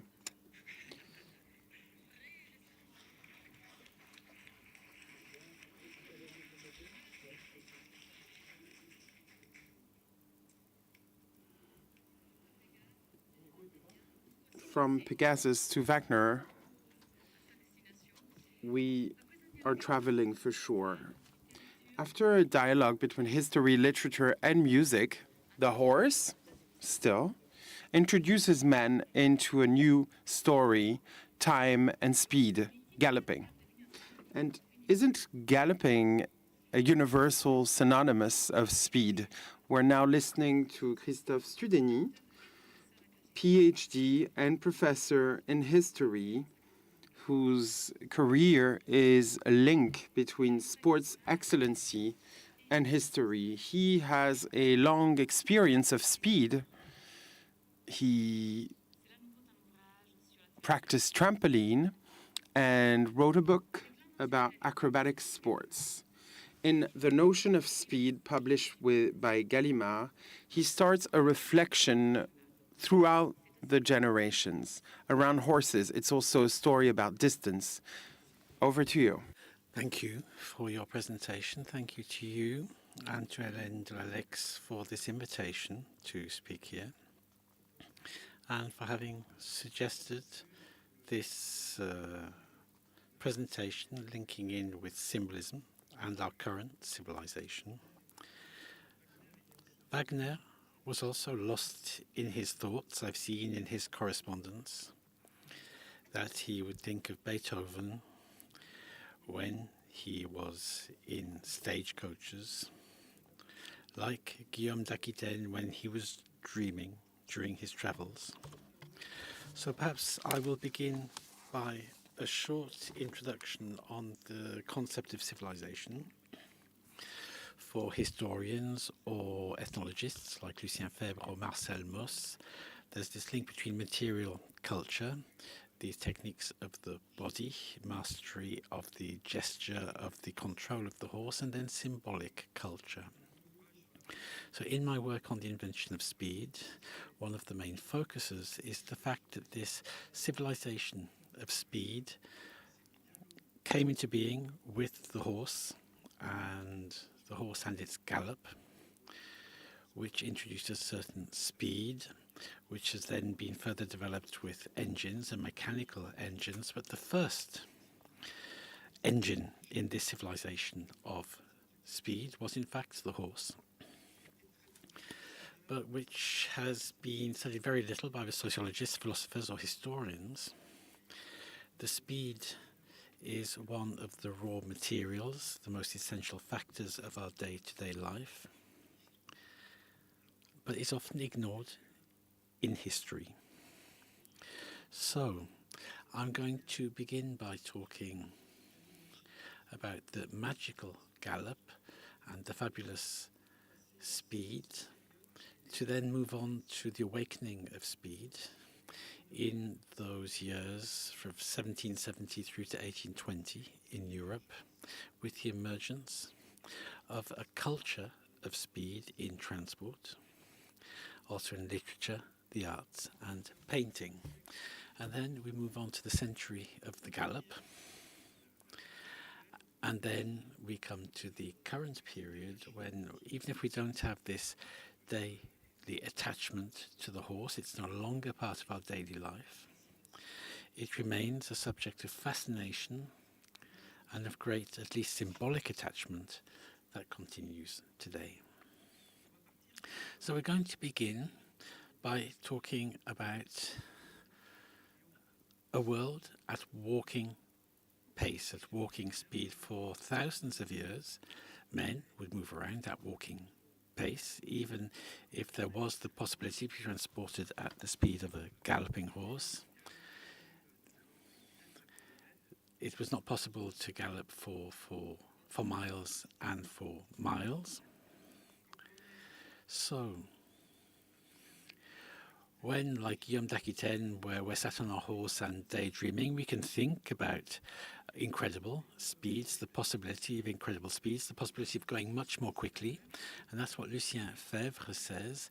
There are real ways of evading day-to-day reality, but there are also magical dreams. He is a historian who talks about this dimension of magical dreams of bodies being transported through the air at the speed of a bird, or on winged horses, and which were very present in culture. He refers to Rabelais, but there's a whole classical literature which refers to this.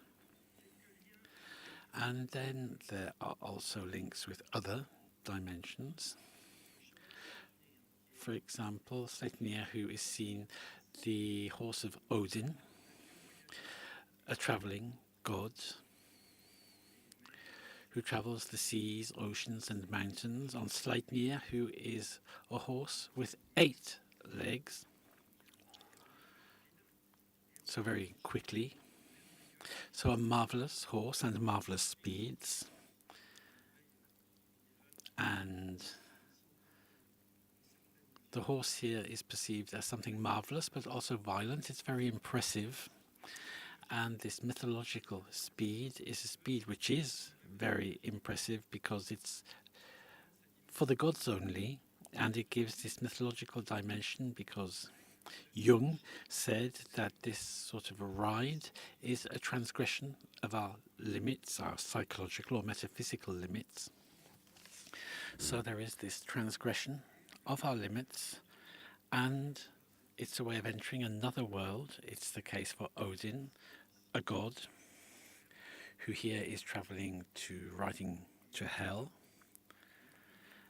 And it's true of most of the symbolic horses in that they reach beyond these limits. In Greek culture, they often emphasize the fact that it's necessary to master the spirit of the horse. Xenophon says the horse likes to run, it likes to run quickly, but we must be wary of the excessively spirited horse with too much fire.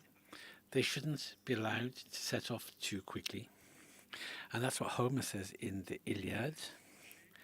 The skill of the rider is to control their ardor in chariot races. Ovid says the same thing in Metamorphoses. He says horses left to themselves will accelerate their pace. The difficulty is to master their spirit. So this is the theme, the symbolism of the symbol of the horse, of the speed of the horse. We see here the horses of Neptune. We see 2 different images here from the end of the 19th, early 20th century. And we see that there's always this key image, even centuries later. Poseidon is the god of the sea, and at the same time, the god of horses. And these horses, whether it be Pegasus or all the different rapid horses, winged or not, are often aquatic in mythology. Water is something in mythology which often leaves the horse free. We see this in this sea, the galloping horses in the sea, in the waves. And so this whole dimension consists in controlling the horse's spirit, which only Poseidon can do. The horses cannot be tamed otherwise. It's the same as the horses of Phaeton. Even Pegasus cannot be controlled, and many horses in medieval culture tend to be wild and difficult to tame entirely. They always have their own strong personality. And one important point, and this features several times in mythology, horses tend to go at their own speed. It's the case for Phaeton, it's the case for Jerusalem Delivered. The heroine is Amini, who is carried away by a horse, and the horse carries her at its own speed. And we talked earlier about horses having their own personality and their own desires, their own need to lead the way, and that is something which is very important and which we also find throughout the literature of the 19th century. So in other cases, we have in Rabican this whole culture, and again we find this in the 19th century. Rabican is a horse who is quicker than an arrow, than lightning or the wind. And so this is a theme that comes up throughout the centuries. Another important notion, which we find in literature all the way through to Chateaubriand, is the notion of the horse as being very light. They talk less about speed, which is a more modern term that came with the measurement of time or the ability to control a horse. And here they talk about the horse being light, and for the knight or the horse being able to fly over the seas or over the fields or the crops, and Rabelais refers to this. They fear neither arrow nor horse, as they are so light. So they're perceived as being very light, which we see also with the horse Bayard, which was mentioned earlier, with 4 riders on its back, and still travelling at a high speed without being weighed down by the 4 riders. And we find something that's a little different, more a question of speed, which is like a mountain stream rushing down a hillside. So a quick horse is something that carries things with it, something a little wild and powerful and natural, not very different from what we saw in Wagner with the Ride of the Valkyrie. So you have the examples that there are different hunts in French folklore in all different regions and countries in all different forms. So these elves or fairies hunting through the air with the iconography of the Valkyrie from the late 19th century, others like this, which are more morbid, with the gallop here and the speed of the horse, making it possible to go from the world of the living to the world of the dead, passing over the boundary between the two. And we talk, so here, carrying people down to hell or up to heaven. And we have this notion again of speed, of being quick and light. These are 2 notions which are complementary and linked together when we refer to speed. If we come back down to earth and to Versailles and its cobbles, to focus here, we need to imagine. So Paris to Versailles at the end of the 17th century, and the Duc d'Elbeuf made a bet. And he made a bet, the Duc d'Elbeuf, that he could go from Versailles to Paris and back in less than 2 hours. So something quite exceptional, quite extraordinary. And he managed to do this with 6 Dutch mares, which he had trained. He had measured the distance very carefully. And thanks to this detailed training, like a modern sportsman, he did win his bet. But if we compare with a normal trip, Madame de Maintenon, a few years later, in a carriage, went from Dinan to Namur, that's 7 leagues, 28 kilometers, a bit less than Paris-Versailles return. And for those 28 kilometers, she spent 11.5 hours in her carriage for Madame de Maintenon, in a carriage rumbling along uncertain roads, and she arrived exhausted. So the daily experience of the traveller through to the 18th century.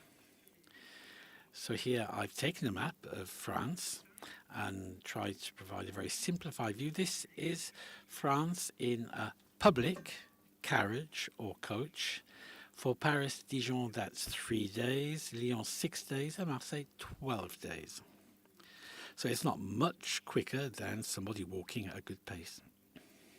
And in these vehicles, it was possible to really arrive very late. And in fact, somebody who missed their carriage might be able to catch up on foot. So that gives you an idea of the pace at which people were living in 1765 in France and throughout Europe. And then came along quicker vehicles and better roads. So these vehicles here, we have this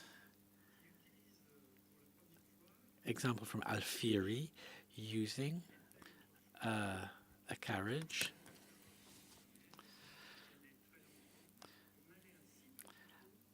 at such a slow pace that he was used to traveling so slowly that it felt like dying. So here, and in an enclosed carriage. So here, with this Italian carriage, where we can enjoy the view as we are traveling. And Alfieri, with this, traveled around Europe. A very eccentric figure who would take the place of the coachman, which was quite eccentric at the time, and drive the vehicles himself. And it's similar if we take the carriage of the Duke of Saint-Simon, a very heavy, prestigious vehicle, padded inside, very slow. And if you take the one of the Marquis d'Argenson, he had a much lighter vehicle with 4 horses, which was made to go much more quickly. So if, following on from this, we look at how galloping evolved over the years. We talked about Pluvinel. We mentioned Pluvinel earlier. In his advice to the king, he says at the end of the paragraph here, he says to keep a good position and to drive the horse quickly. To take control over the horse with a good vertical seated position. And here and to train the horse to respond to the hands on the rein, to form a sort of symbiosis very discreetly through a very careful technique, very firm technique, what makes it possible to drive, to govern, to manage the horse. And so what we need to avoid is what Philippe Etienne Lafosse says in his Hippiatric Dictionary at about the same time, in the 1770s. We should not let the horse run free. We shouldn't let go of the reins. We must always keep the horse under control and never let them run free. Another technique is the training, gallop. Count Drummond de Melfort in the 1770s had new techniques which he presented, a strategy focused on speed, developing the ability to gallop in the horse. And in the method for developing the war horse, they should be got used to galloping through different exercises, which today would be part of eventing in the Olympic Games. So different exercises to train the horses. So here in these riding exercises, to develop the horse's ability to gallop, whatever the terrain, to ride, for hunting or for other outdoor activities. So there is the hunting, gallop as well, mastered so well by the English. The Duke of Lauzun talks about this and mentions the Queen who noticed a pretty horse, and the Duke of Lauzun is a very good example of this change of generation. A very good horseman with good endurance, who, and here we have small cabriolets, small carriages, just one or two seats, which can be driven very, very quickly. And he is also the owner of thoroughbred horses, and much appreciates horse races. So in the 1770s, we see these developments. Here it's George Stubbs, paintings by Stubbs at the end of the 18th century, around 1770.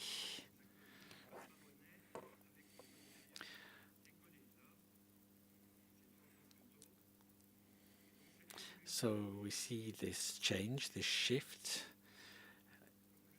in Géricault, who, like Rodin said, doesn't paint reality,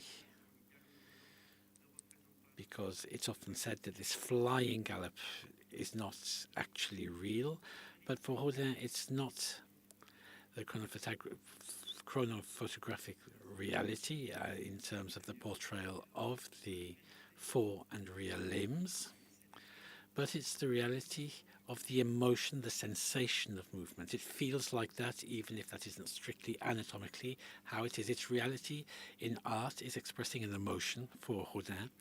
And what it's like in The Ride of the Valkyrie, seeking to portray this in a way which isn't the strict reality. Which brings us to literature.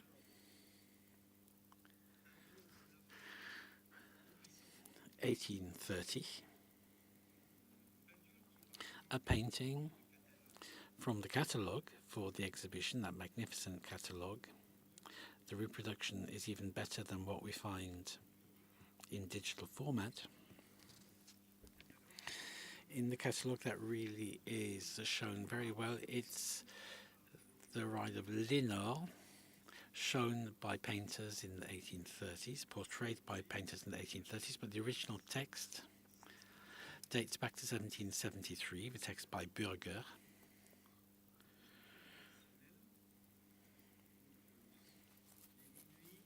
It's midnight. A horseman knocks at the door of Lenora. It's her fiancé. She leaps onto the back of the horse, and they set off at a gallop. And the great innovation of this ride is that it is a special experience. And Madame de Staël translated, had this translated. There were several translations between 1810 and 1830, including by Gérard de Nerval. And this text, this gallop, that they feel as if they're being carried along by ghosts. Hop, hop, hop, they gallop along.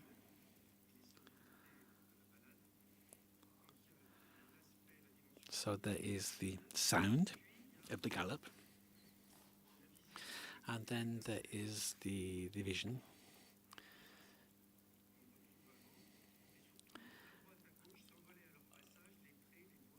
As they see on right and left the fields, woods and countryside rushing past. So here we begin to see the landscape moving past as the horse gallops along. There are other representations of this. This one is a little more frightening with the very black, dark-coloured horse. And this theme of the horse, which is running out of control, is like we find in Mazeppa by Byron, which comes up again in Victor Hugo, in Delacroix also, which is also found in music, and portrayed by Pushkin and Tchaikovsky. So this really is the theme of Mazeppa, who is being punished because a cheated husband has got his revenge by having him tied to a horse, which is galloping around and back to his home country, Ukraine, where he arrives exhausted and famished.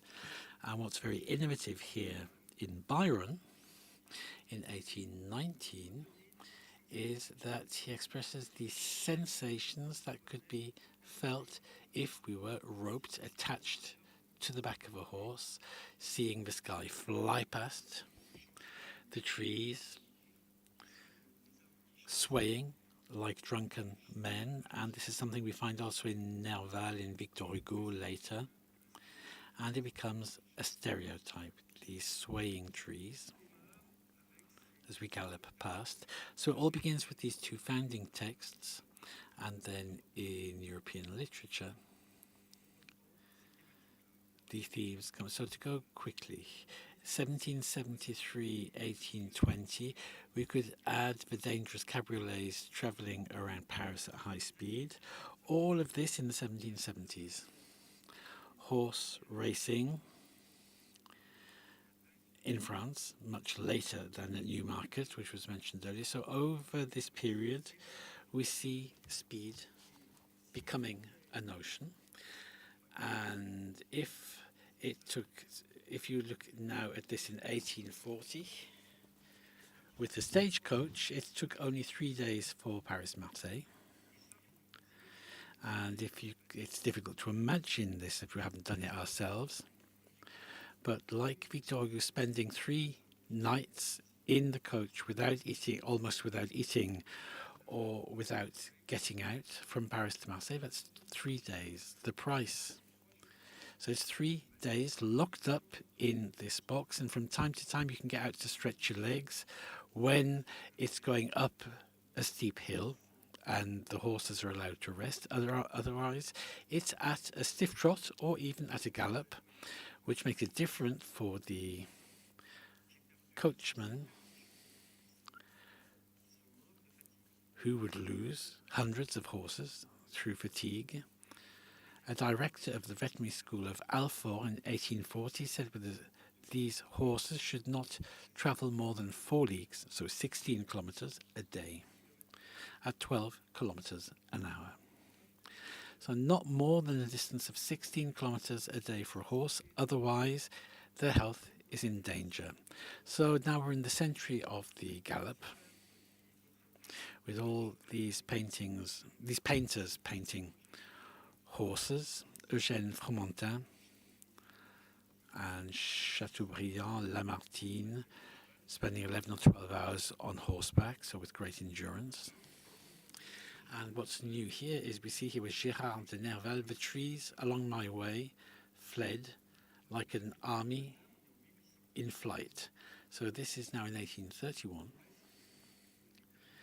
And again, this notion of the landscape and trees flying past. After that, it became this form of carriage became more frequent. So here we have this painting by Chagny showing the stagecoach in the Ardennes, and we have all sorts of testimony where people are continuing to travel like this in the 1880s, despite the fact that the railways exist. And Jacques Laurent Agasse at the beginning of the 19th century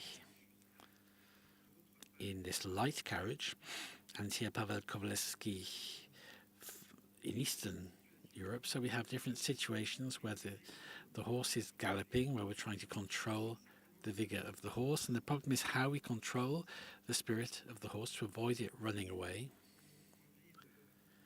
So here it's in town, a runaway hansom cab. And here we see a Gotthard Pass.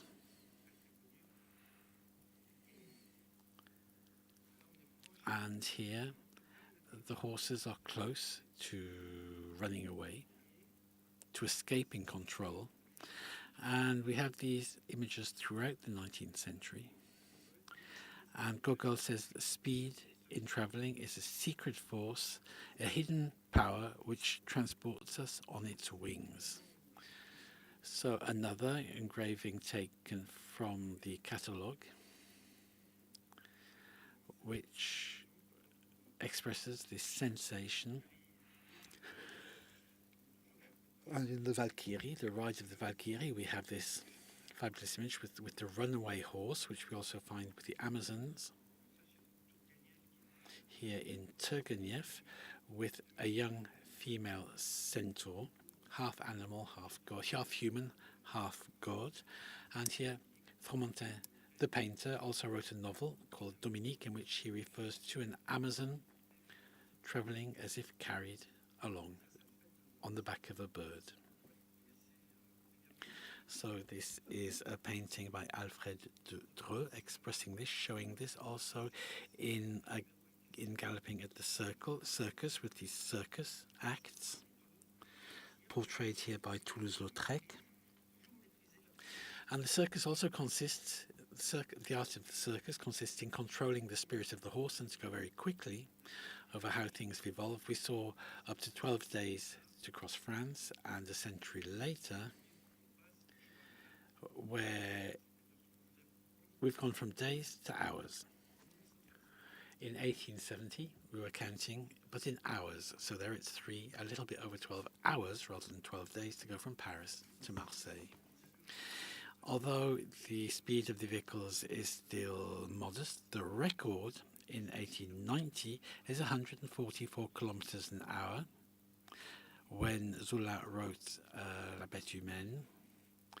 In the Crampton locomotive, which some called the racehorse of the railways, portrayed here by Ulpiano Cecca, showing the locomotive. And I won't go into the detail of all of this because it's mentioned in my text on the horse in Majesty in the catalogue. But in the cities, the speed available remains that of the trot, the horse's trot. But with the omnibus, there were 12,000 horses each day, and each year 1,000 of them were culled. They had a good professional lifespan, if I can say it like that. They would trot in this way 10 to 12 kilometers a day with breaks, and could work like this for careers of 8 to 9 years. And so we see the omnibus horses were then culled. And Maupassant in 1885, the same period as this painting here,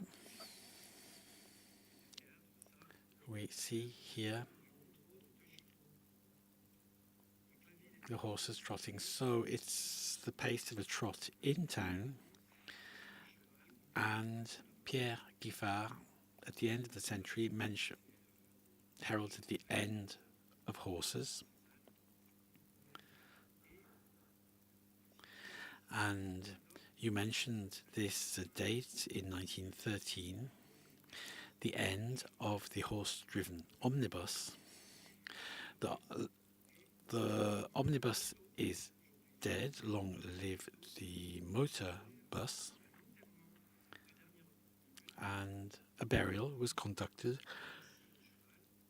of the last omnibus, saying thank you to the horse.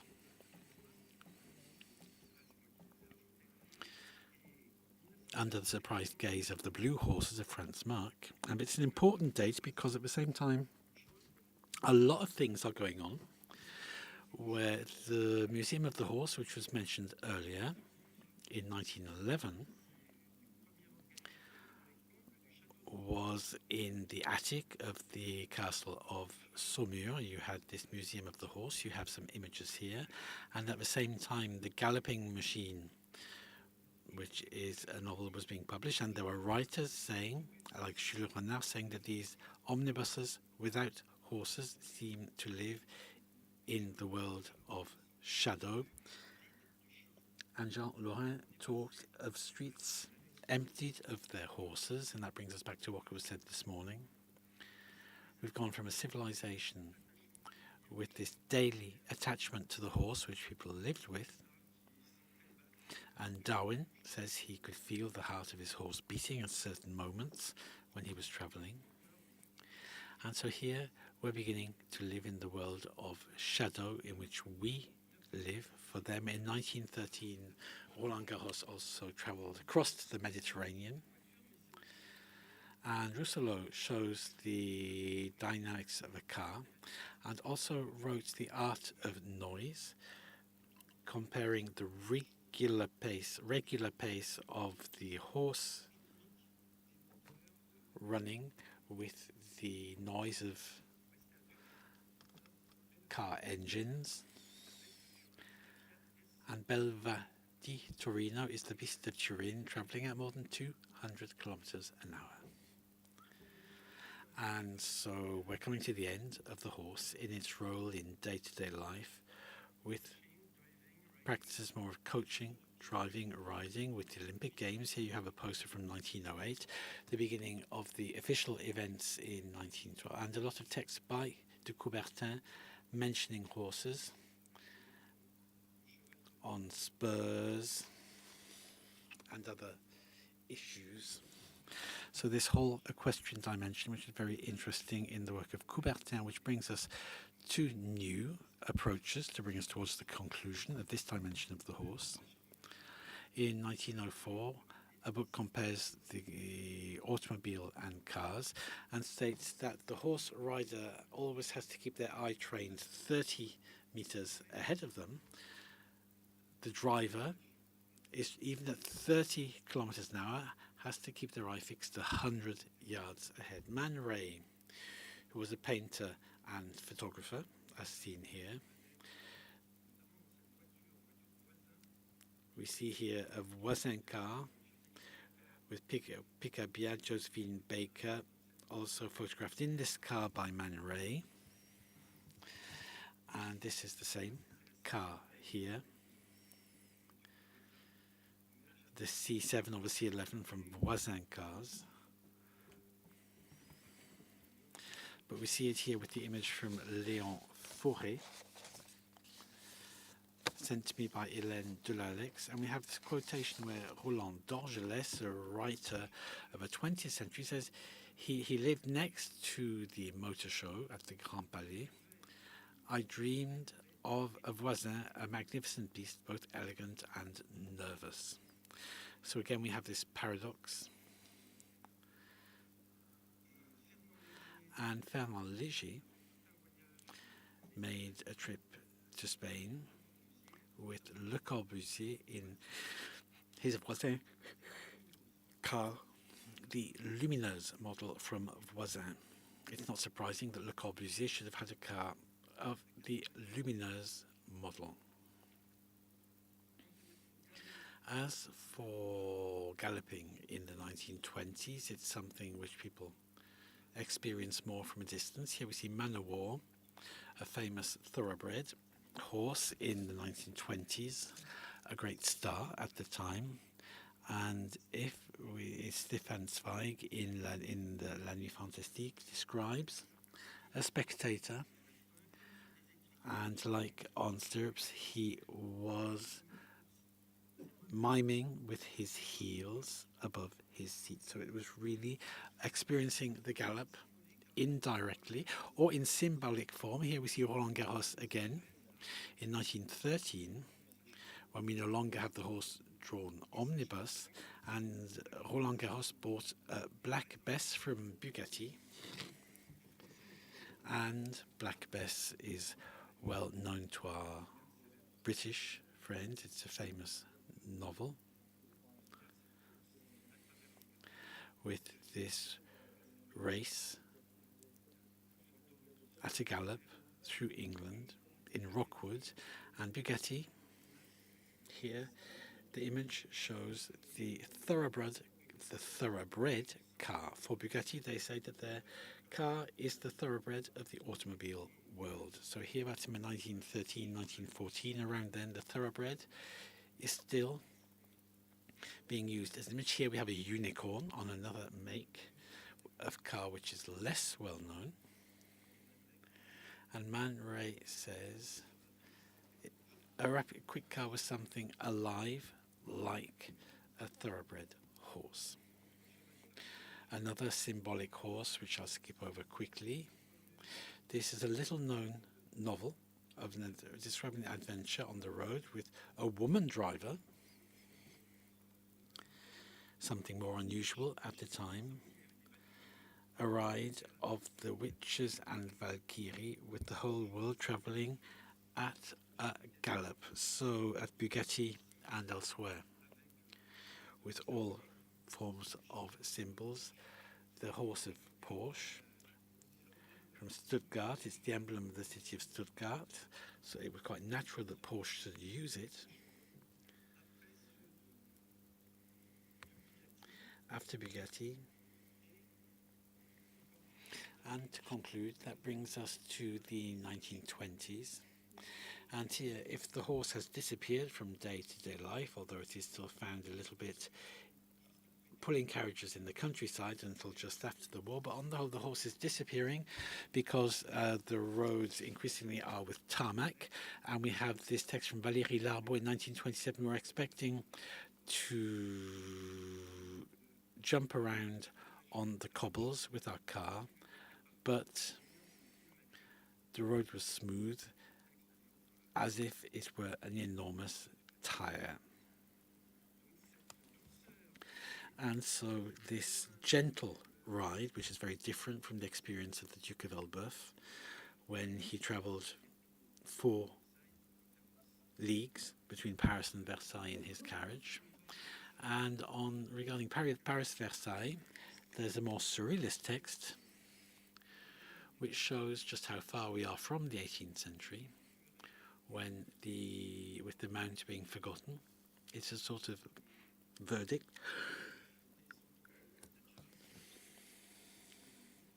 Next to Nadja in the novel of the same name, and putting his foot on hers to accelerate towards Versailles at almost suicidal speed to finish this race. So showing this dimension, and it's not finished as regards this fascination with the nighttime ride, thinking of Wagner and all the magical rides of the late 19th century, which was also one of the magical moments, seeing this very light horse floating above the water like horses in mythology. Thank you.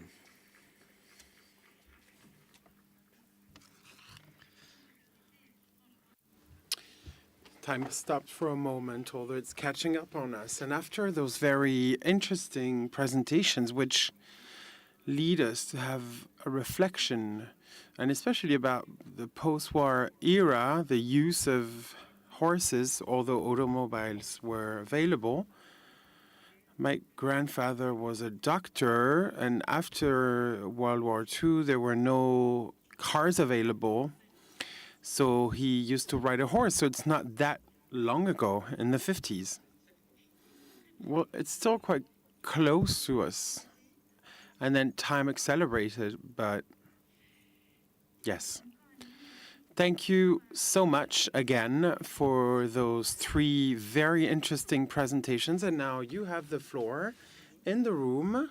You have 5 minutes for a couple of questions.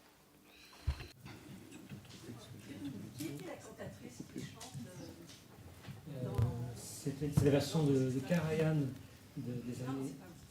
C'est la version de Karajan des années 60, la version en studio qu'il a enregistrée.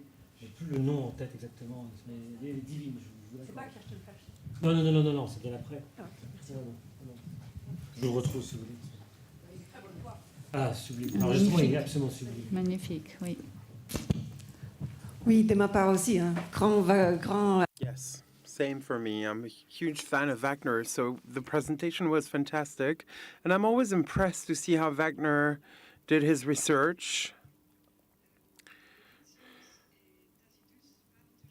Vegetius and Tacitus always talk about the Wotan's white horse.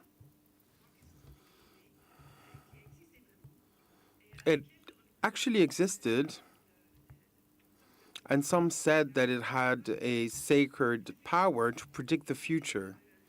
And Granet in Wagner does. When Brunhild came to tell him, came with Siegfried, Granet already knew it. So this horse is not a normal horse. It goes way beyond this. And I think Wagner did his research and was aware of what horses were for the Germanic culture. And I don't know if it's true, but many wrote that after 100 years, eating horses was prohibited because it would be a sacrifice. And up to the 14th century, there was a ritual to sacrifice horses, and there are exports to this country so they could sacrifice the horse. It's not that old to sacrifice Wotan's horse and eating the horse to get closer to this god. So in Wagner, sometimes there's even more than what you think. So thank you so much. Maybe one last question? Yes, you can answer. So the name of the singer was El Gadersh. As for the study from Wagner of myths, Wagner had a lot of culture. He read a lot. He was one of the most intellectual artists of his times. However, we should never forget how he completely reinvented the myths in the tetralogy. Yes, he had deep knowledge of myths, but he completely transformed them to use them. So he did not just illustrate myths. He used those myths as a way to convey his thinking, and he transformed them a lot. For example, the ring did not even exist. He invented it. There was some sort of ring in the Germanic mythology, but he invented it.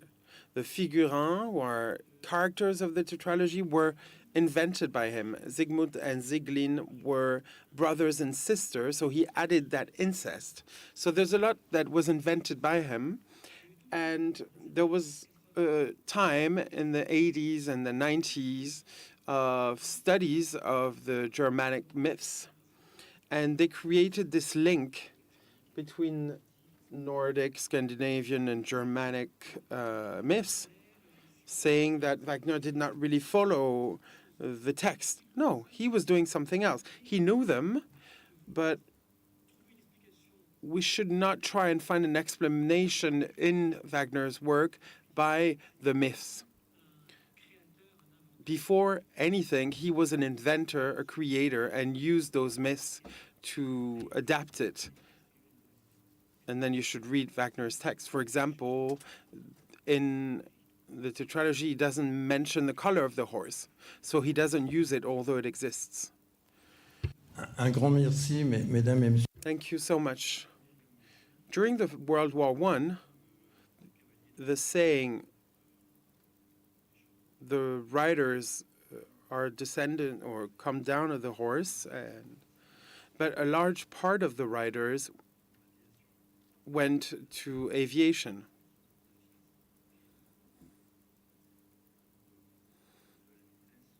And that's a reference to a higher speed than automobile.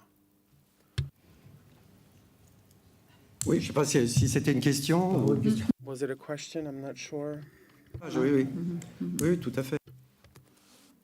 A comment. More questions, maybe? La dernière. Final question. Désolée. Non, ça va être très rapide. Oui, oui, oui. A very brief one. Just a comment on Sleipnir, the horse that you showed with the 8-legged horse. I just wanted to recommend you see Scelambre Volant, which is Odin's favorite speed and his mount, which might give a different rhythm to Wagner because it was inspired by Sautnier's horse. knowing that Odin is actually Wotan's name. It's the same god. Well, I don't think he had such a binary rhythm. That was my comment.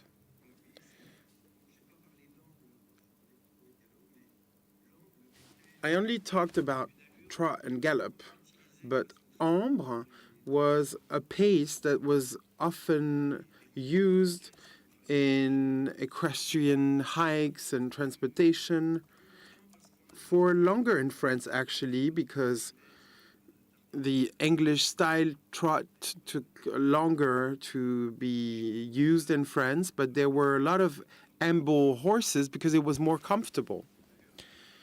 That's a pace that I didn't really mention, but the flying amble is actually a pace that is very shaky. What you mentioned was closer to emblouille, maybe, and flying amble is almost same pace as galloping, 60 to 70 kilometers per hour. So you really feel like the horse is growing new legs in a way. As for women's pace, it's not so harmonious. But what is called taut can be quite comfortable at a lower speed. But as soon as the speed increases, you can develop it very fast. So it's just a different pace. Yes, and as you were speaking, I added this image of Arthur Racan, an illustrator. And in order to represent Wotan's horse, he multiplied the legs, which is very interesting. Well, we are going to stop here, but just today, because we're meeting again tomorrow at 9:30, same place. Thank you, everyone. It's thanks to you that this work has meaning. Please leave the interpretation headsets at the door. Thank you so much.